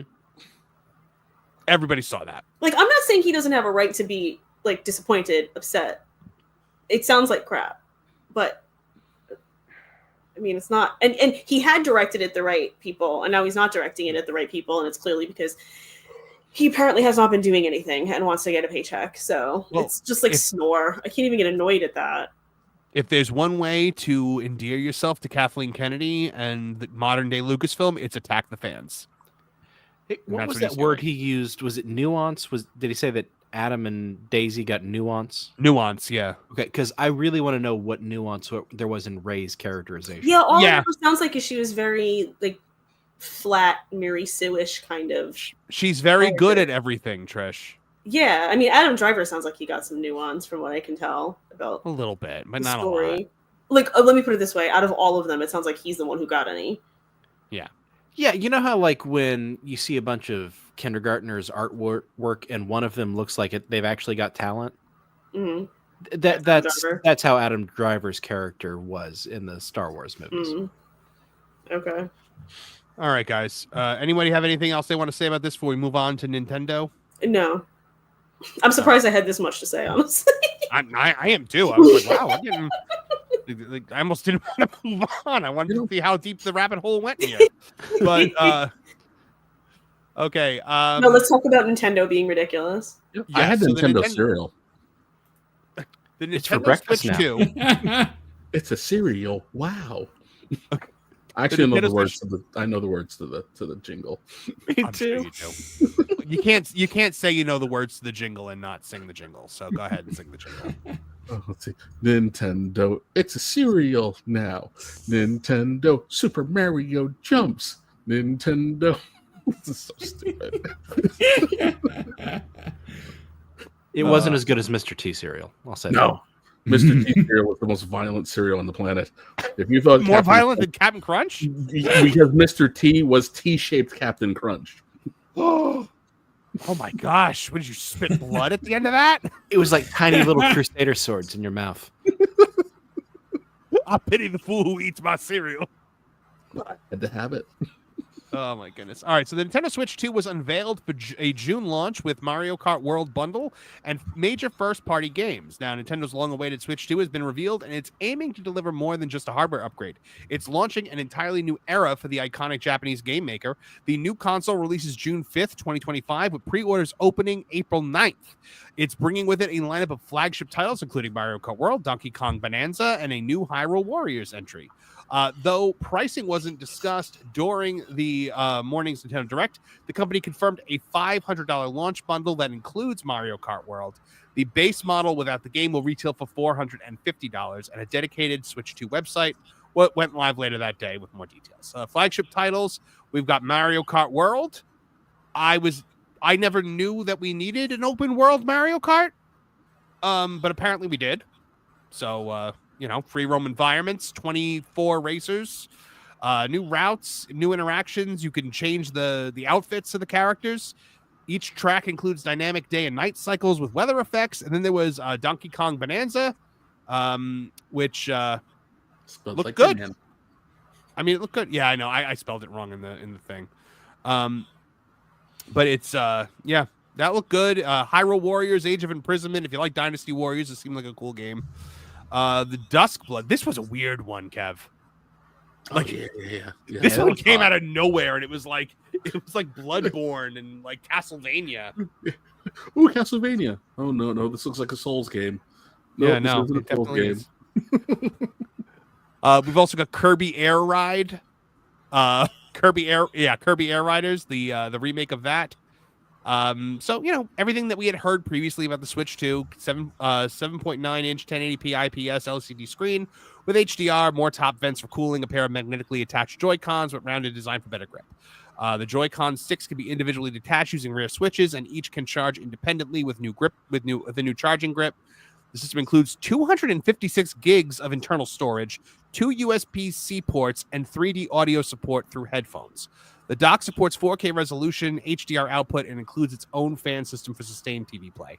Now, the big thing, they really tried to push this game chat thing. So essentially, they're like, you can talk to your friends while you're gaming. I have Discord. I'm good. The thing that you've been able to do since the original Xbox. So they have a little camera too. I mean, there was some cool stuff. There's a new button that's specifically for the chat feature. The online, the one thing I really liked, that they're expanding the online with GameCube support finally, and a GameCube controller. But here's the thing: a lot of these upgraded titles, like Super Mario Party Jamboree, you have to pay to upgrade them, even if you own them already. It's ridiculous. Whereas, I believe the Zelda ones you don't have to pay for, from what I understand. But I'm not 100% on that. And there's a lot of third-party games. I mean, Final Fantasy VII Remake, Elden Ring, Street Fighter, Hogwarts Legacy. No, not Hogwarts Legacy again. Yeah. Well, maybe this time we actually get the full version of it instead of the downgraded Wii version. I understand having just a console, if I may take an aside here. And I understand, people who it would be their only way to play that game. But, like, a Nintendo Switch is not how you play a game like Hogwarts Legacy. They spent so much time trying to make it compatible with the Switch that everybody else got delayed and everybody else got stuff cut out of the game. Mm-hmm. And so, like, listen, I'm usually really patient and understanding with that stuff, but it started taking a really long time, and I lost content at the end of that really long time, so it could fit on a Switch. Yeah. It's just insanity to me that they're putting that game on a Switch. I don't even care about the hardware upgrades. It doesn't belong on a Switch. It's just not that type of console. You're 100% right. I mean, Nintendo consoles shine with first-party games, first-party family games, Mario, Zelda, Smash Brothers, Metroid, Star Fox. We haven't had a Star Fox in forever, but yeah, all of like those amazing first-party games. But they're really, honestly, somebody said this. I don't remember who said it. It might have been you, Nolan. Said that they're trying to fill the void that they know is coming when Xbox goes away. That was me. Oh, that was you, Kevin. It's a me. I get the two of you mixed up so much because you're so alike. Nolan mixed up with Spencer. He gets Nolan mixed up with Kevin. Can't Nolan just be Nolan? Why do I look like everybody else to you? Especially Kevin. You guys are like doppelgangers. Kev, go ahead and explain what you thought about the Xbox thing. Oh, so yeah, because Xbox is going to die at any moment. We know it's pretty much a fait accompli. I was wondering if Nintendo was positioning themselves to fill that void, because it looks like they're kind of ponying up to PC gamers. They also know that people, Xbox users, PlayStation users, are used to spending large amounts of money, so they're just kind of positioning themselves to go attack a different portion of the market, even though it seems like they're going to do it at the expense of abandoning their family-friendly position that they've held for, the better part of 40 years. Yeah, it's just, I have so many thoughts. You probably wouldn't think for me, but I have so many thoughts. Let's get into the actual controversy here. Oh, go ahead. What was that, Kevin? I said, I had a virtual boy. So did I. My dude. I had that one too. I got splitting headaches from it. Yeah. The seared red light into your eyes. Like, it was great for 4 minutes. And that it was Hellraiser. Was it a Power Glove that was in a Freddy movie? Yes. Now you're playing the power. I love the Power Glove. So bad. Wasn't that great idea. Ahead of its time. I feel like a Power Glove now would actually. They should bring the Power Glove back now because it would probably actually work now. Yeah, as a Switch exclusive. So, the real controversy here: Mario Kart World is priced at $80 to $90. It's ridiculous. Now, there is some discrepancy in the gaming world right now about the $90 thing. Everyone ran with this every day. Everyone reported it. So I'm going to have to do I'm going to have to look into it tomorrow to confirm it. But the big thing everyone was saying is that the $90 price tag is for the physical version of the game. So we are now. Meanwhile, isn't the physical version of the game just a code in the box? I heard that too. I heard it's they're offering what was it a key code, so that essentially it's you're just downloading a game with an extra step. A key card. Like it's not an actual little chip or game card or whatever. It's just buying an empty box with a code in it. Like so they're not even doing like the micro cartridges anymore. That's not, as I understood it. That's not what the physical copy is. Interesting. Well, if they are actually doing this, where they're charging a $10 premium for physical games, that's the end of GameStop. Like, if that's going to be a thing that the game industry starts doing, GameStop is hanging on by a thread at this point, and that unless somebody tries to game the entire stock market again to save them, they're not going to survive this. No, is that your wallet? Yes, this is my wallet. It is very sad. Nintendo, you've made my wallet sad. It has a hard enough life as it is, because I sit on it all the time in my back pocket. And now you have made it even more upset. There are other wallets like it, but this one is mine. I do not. Now, there are good, smart people who have made this argument, and more power to them. I respect. I've learned that some people I do respect who have this opinion. But I do not understand the argument of video games in the 1990s when it was like the Wild West for games, Oh, I paid like $90 for Mortal Kombat. It's all good. Everything's fine. It's not like the past 20 years we've had a streamlined price point of $50 to $60 for a game. And I understand. Inflation happens, Sometimes games, like this generation, a lot of games have been $70. How do you go with the Nintendo Switch outside of Legend of Zelda that goes from $60 all the way up to $80 and possibly $90 just for a physical copy? I have been brand loyal to this company for a very long line, a good chunk of my life. I was hyped for the Wii U, and I vouched for the Wii U up until the rumors started coming around that we were going to get a new one, and I finally had to let that Viking funeral happen. This is the first time in my life with Nintendo I really felt like, why are you guys doing this? I feel like I'm being taken advantage of as a customer here. Because I see the direct, and it's all like, here's your camera you can get sold separately. Here's our DLC for games you already bought like 5 years ago. You have to pay for that too. It feels like Xbox, microtransactions and all that stuff. And I feel like that's not Nintendo. And Nintendo in the past, they've done things to prevent themselves from, following industry standards. Instead of laying people off, the CEO, Satoru Iwata, bless his soul, took a pay cut. They've done smart things with money over the years. And, there's a lot of things over time Nintendo's been dogged on for that I was even like, okay, I get the outcry, and I don't necessarily agree with Nintendo here, but they aren't as, evil or the Disney as they look in the greater zeitgeist of video gaming. But this is one of the times where I feel like it's almost a canary in the coal mine where I am scared. Because Nintendo's biggest enemy in the past has been their own ego. Kevin mentioned the Virtual Boy. They should have stopped that thing before it even hit production. The Wii U, their own ego. It's like, yeah, they bought a Wii, they'll buy this. It's got the Nintendo brand on it. And even the presentation, comparing this to the OG Switch presentation when Nintendo wasn't doing so well, they were showing like young adults. It was very simple to understand. It's like, hey, you bring this thing to party. Kids can play. Adults can play. Everybody can have fun with this thing.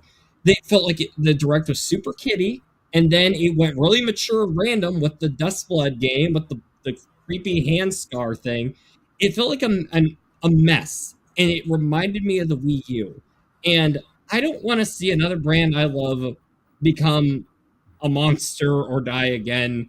And I'm probably being overdramatic, but I can't help but feel worried after having, because it's concerning to me where you go from people who are very hyped, people I know personally who are hyped like mad for the Switch because, oh man, this is a surefire success.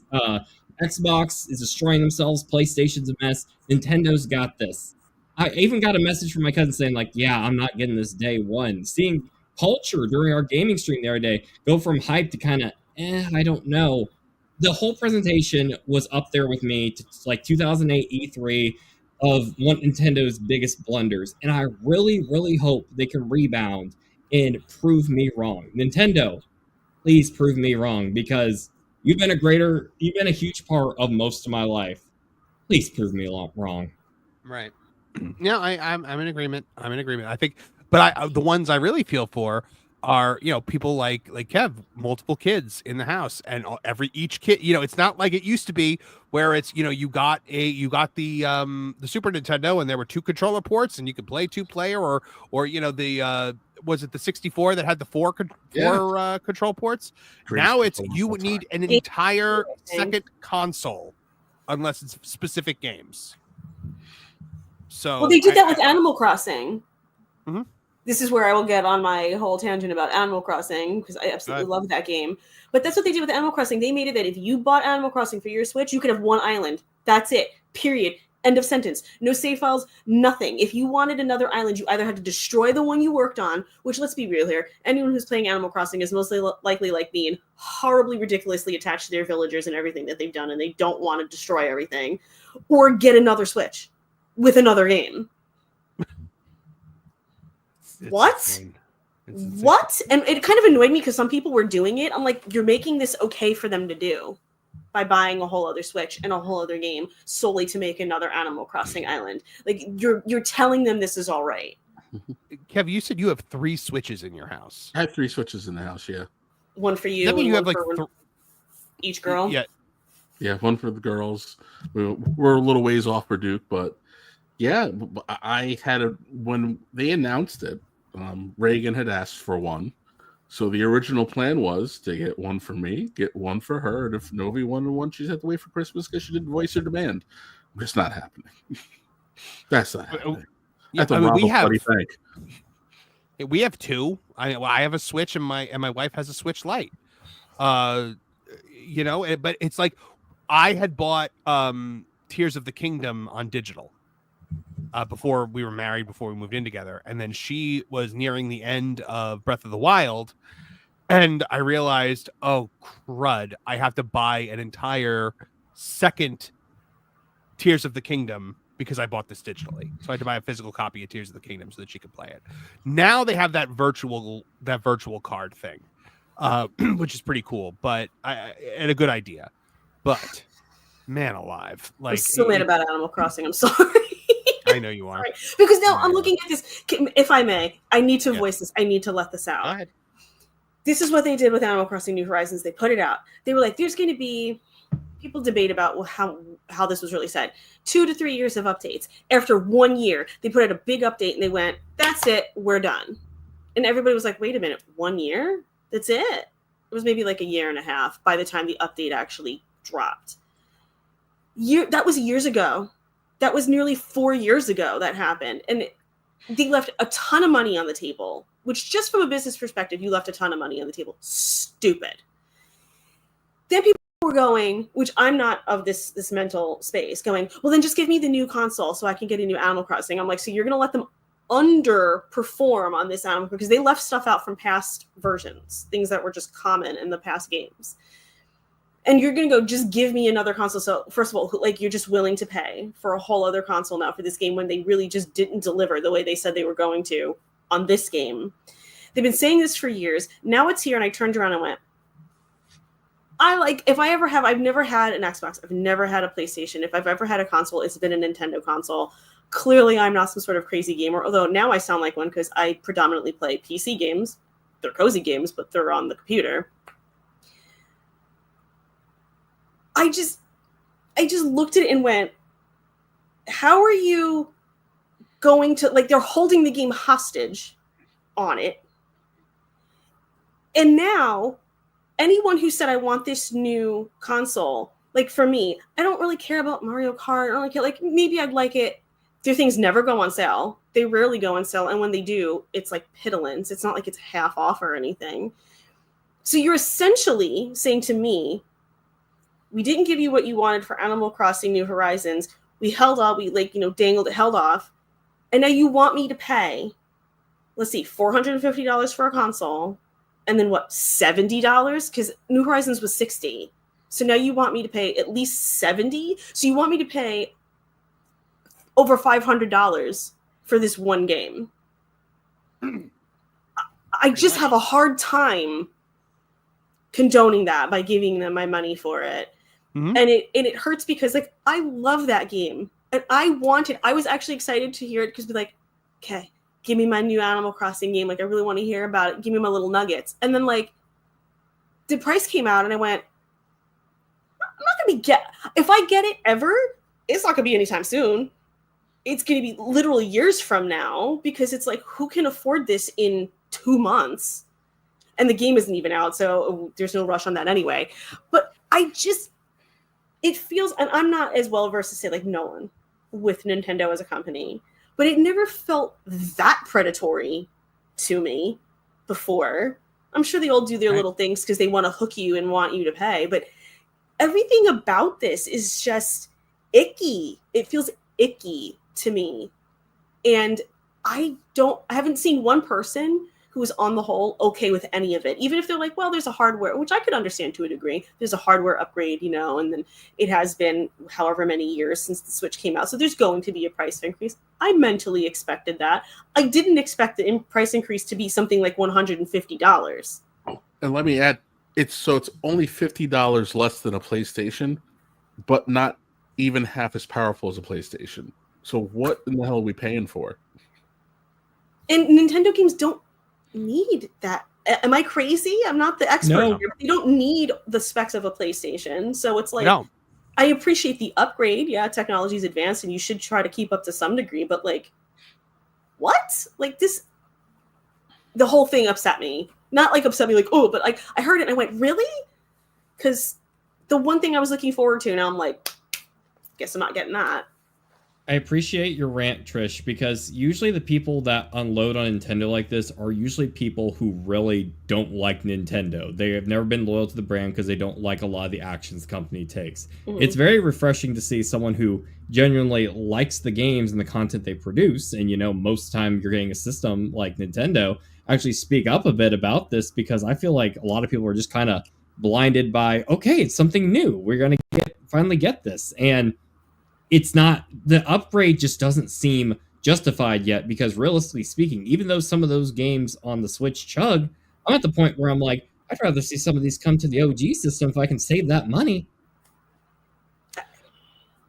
If I can give Nintendo props for one thing, they made extreme steps in parental controls with the Switch 2. As far as keeping kids safe while playing online and like controlling screen time, that was something I liked. They are launching a parental controls app for the parent's phone that connects to the child's Switch. So that each day they could set a specific amount of screen time, and when the time hits the limit, the kid gets an update on the Switch that's like, okay, time to turn off the Switch. If they don't turn it off, the parent gets an alert that they didn't turn it off, and then the parent literally has a kill switch that they can use to remotely turn their child's Switch off. Wow. Also with the chat feature, for their kids to accept a like friend request or even initiate a chat, the parent has to approve it on the app. So Yeah, I give them props for that. But the pricing stuff, I'm with you 100%. It does seem predatory. I don't think the console is priced unfairly. I think for the specs that they spoke about, I think $450 as a base is Compared to the respectable. PlayStation, it's not, based on what Kevin said. I mean, the PlayStation. But I'm not came the out expert. five- I'm not the and expert. the PlayStation also came out 5 years ago, so you know what's. Well, aren't they putting out some new one which has its own problems? Which, like, if you would like a disc drive, it's an extra X amount of dollars. And I Yeah. laughed. And I was like, Mhm. okay, Sony, but Yeah. So the one thing that I noticed with this, I think this is proof that Miyamoto is 100% just a figurehead now, and he is no longer involved in any decision making. Because I don't think Miyamoto approves something like this. If I could say something to your point there, Marvin, I feel Go like for this it. is a bigger ripple effect because Miyamoto, he has a complicated role at Nintendo. I think this is a bigger ripple effect of losing on Satoru Iwata, because when the Switch was being developed, when it was the NX, they kept using the memo or the motive of this is for Iwata. And he visioned, this was planned years ago, and it was really, from what we could tell, this was from his brain as well, and he was the innovator that that gave us the Nintendo DS, the outside the box philosophy of the Nintendo Wii. And that's not to downplay anyone else in Nintendo, especially Miyamoto. He might be my favorite creator on the planet. I owe a lot to the man, but I feel like we are seeing new blood in Nintendo for better and for worse. Odyssey was a nice change of pace of Super Mario Odyssey. That is, I love that game. Yes, exactly. They did a lot of things that after Nintendo played it very safe with their brands, in the Wii U era, not really pushing innovation as much as they used to. They decided to get more experimental with their brands. Breath of the Wild was more experimental for Zelda standards, doing a big open world, and it paid off. And it's Nintendo, what builds their company is their brand and IP. And it was so refreshing to see new takes without robbing what made those brands great. But I do think this new regime has a lot to prove is, can they deliver with hardware? And I'm not going to act like making a game system is easy. If it was easy to do, Google Stadia would still be a thing. But I feel like they've lost a big leader. And, Reggie Fils-Aimé, the American president, he's gone too. I think it goes a bit deeper than just Miyamoto. And although I do agree with you, it would be nice to have a little more oversight on certain things. But you live by the new regime, you die by the new regime. Martin, you've been quiet during this. What's your take on what Nintendo's doing? I was a day one buy for the Switch 2 when I found out that it was going to have larger controllers, because just the tiny controllers on the Switch 1 don't really fit a man's hands. Mm-hmm. But watching that Nintendo Direct, I started getting second thoughts about it, because there wasn't a whole lot of first party game support, and we saw a bunch of third party stuff. We saw the GameCube collection is going to be coming back, and I did like that they're bringing back the GameCube controller as a peripheral, but with other options like Steam Deck, I'm just not sure that they hit it out of the park with the presentation. Maybe they're going to have some other surprises in between now and launch, but I don't know. I actually probably have backed off on that. I would be a day one buyer on this one. I have never bought a console at launch ever, and I thought that the Switch 2 was going to be the first one that I was going to buy at launch. And then, as I remember, I texted my wife that morning. I'd be like, "Oh, by the way, like the Switch 2 is being unveiled today," and she was like, "Oh, cool. Are we gonna get it?" And I said, "Yeah, I think it's a day one launch." Halfway through that direct, I said, "We're not getting this at launch." Like, there was just even if the price point was fine and there was no controversy, there was just nothing in there that I was like, I have to get this at launch because there's value for it at that time. To me, it's like they're going to keep making games on the Switch, and then eventually, it's like what happened with the PS4. I kept playing on PS4 until it was time, until they made a FF7 remake DLC that was going to be exclusive to PS5. Then I'm like, okay, now I have to get the PS5, and then all my games upgraded for free. Might I add, Jedi Survivor, God of War, Final Fantasy VII Rebirth, Spider-Man. Those were all free updates that you got the PS5 version of. And with Spider-Man, you even got a new face on Peter Parker.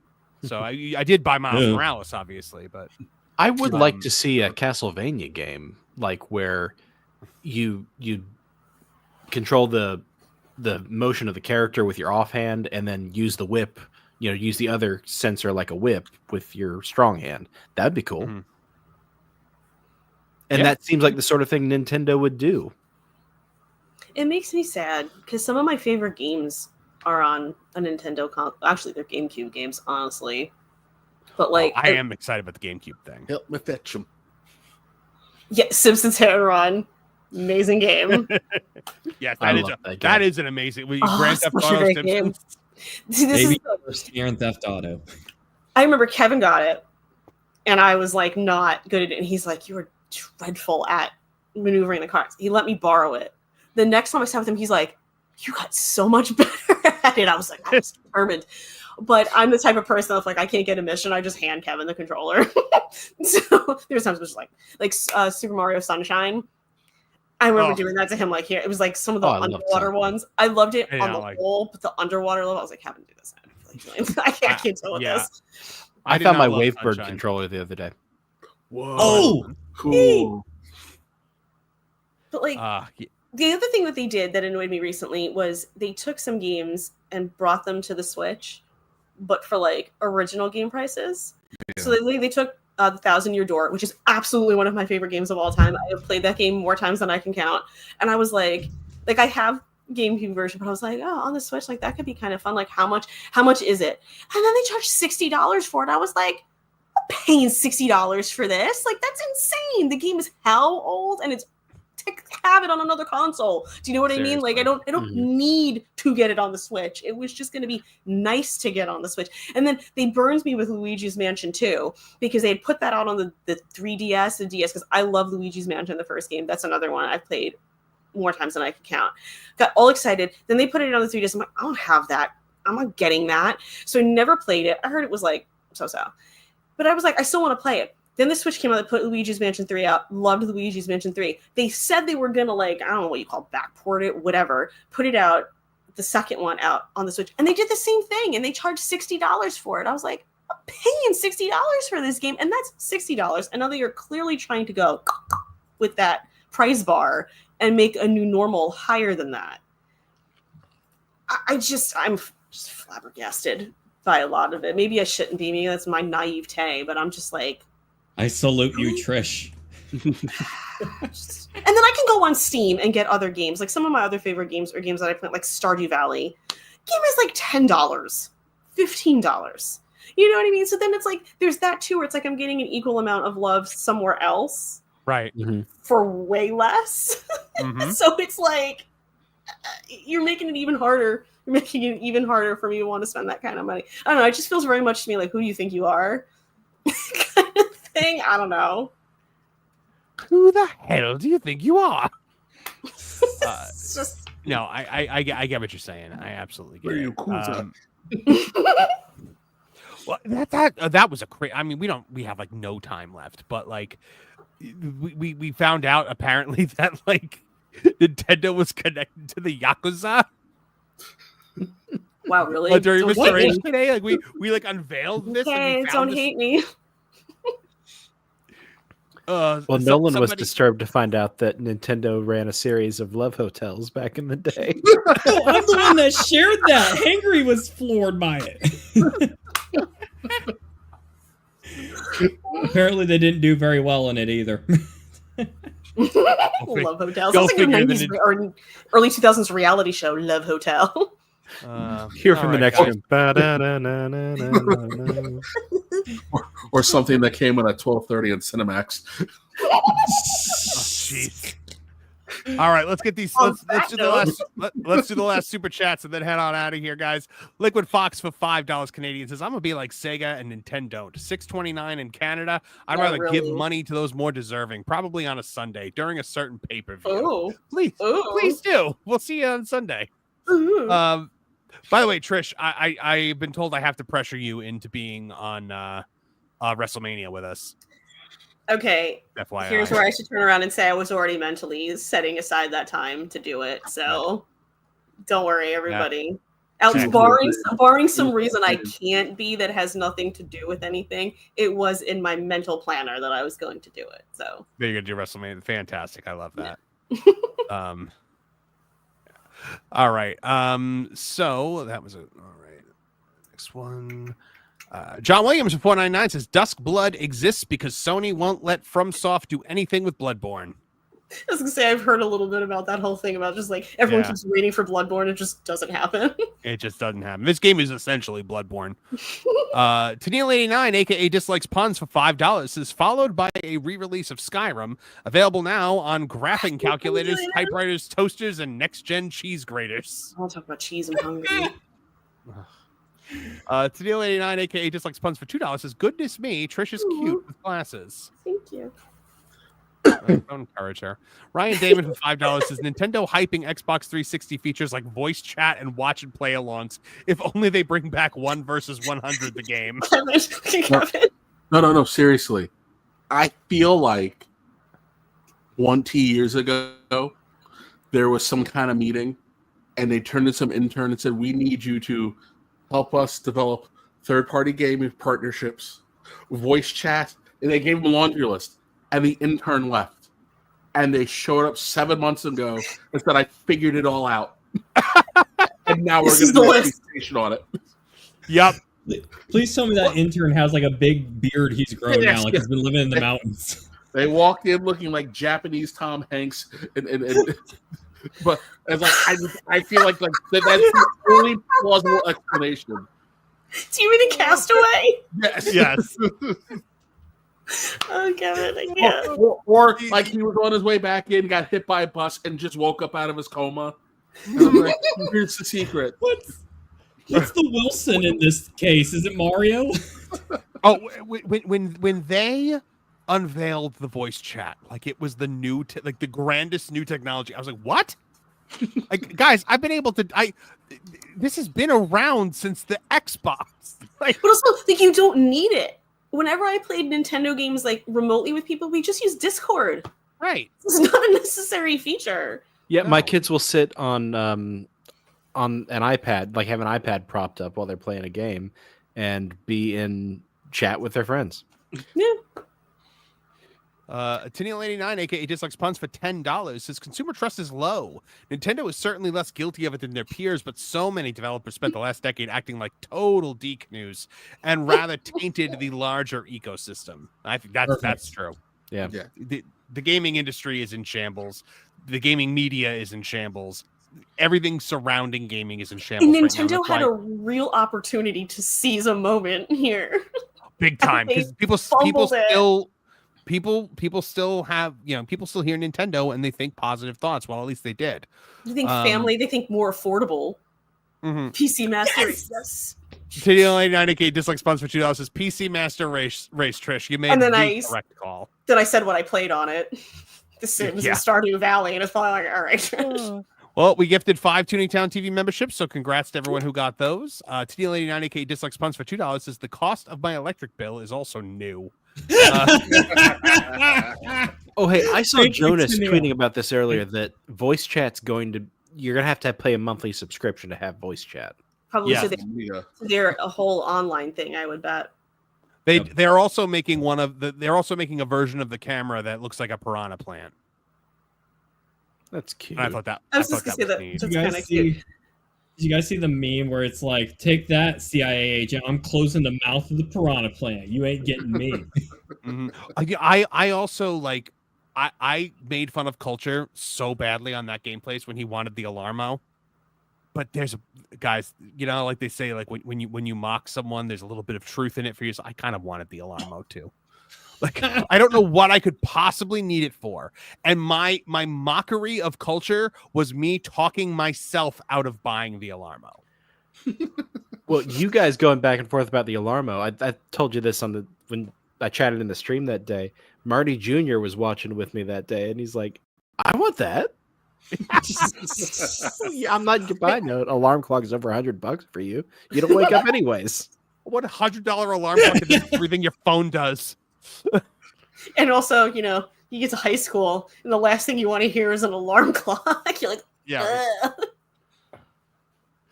Finally, John Williams of 199 says, Konami says, what the hell is Castlevania?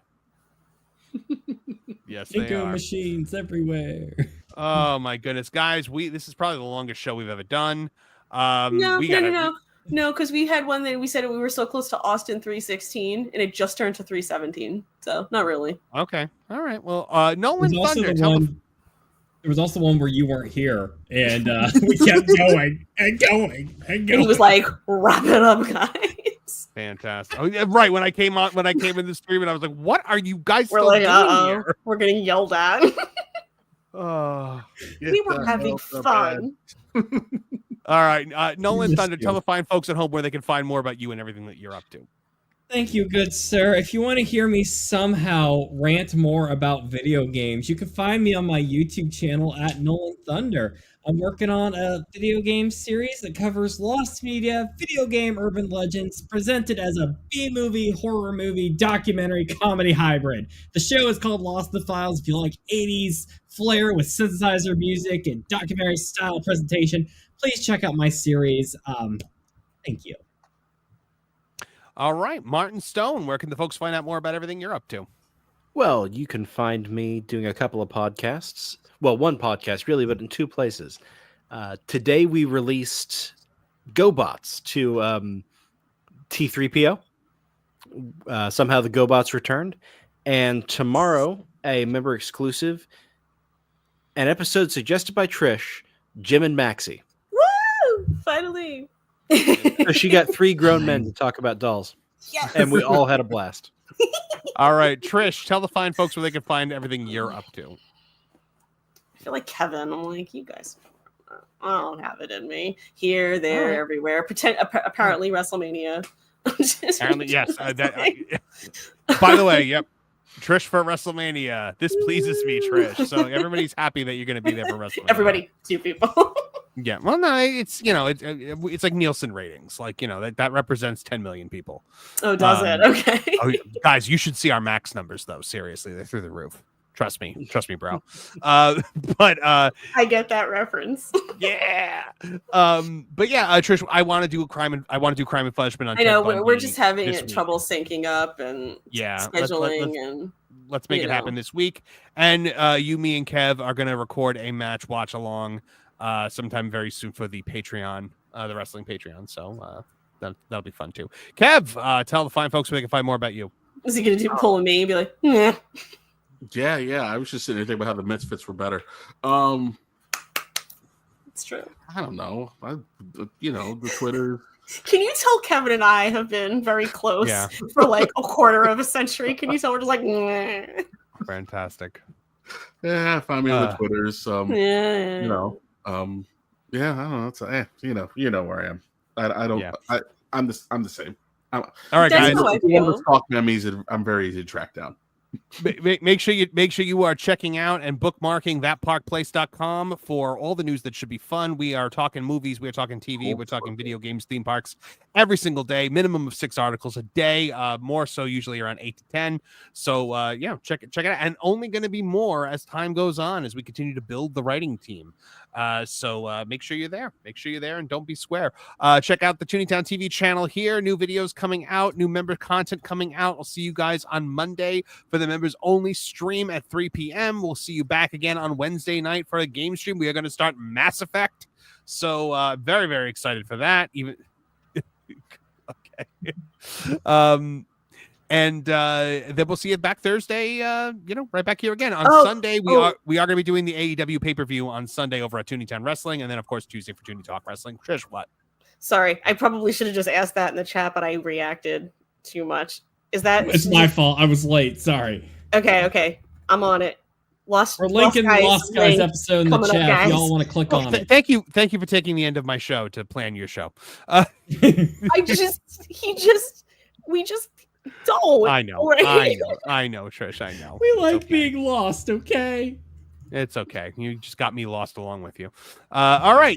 So, folks, thank you very much to everyone who chatted, everyone who super chatted, everyone who stopped in and didn't say anything. We appreciate every single one of you, and we'll be continuing to bring you guys the very latest in pop culture news each and every week. For all of us here at the Tooneytown channels, I'm Marvin the Movie Monster. Now get out of here! Now, Betty the Platypus, feel the wrath of my thank you-inator! Thank you, you piece of trash. Thank you. Thank you. Thank you! Oh, I suppose you want me to say thank you. Well, you know what? Saying thank you is like jobbing. Thank you! I got a little message. Thank you. Ooh, yeah! Oh, thank you! Oh, thank you! Thank you! Thank you! Thank you! Thank you! Thanks? For what? Hi-ho from all of us here at Toontown. Thank you! And viewers like you. Thank you.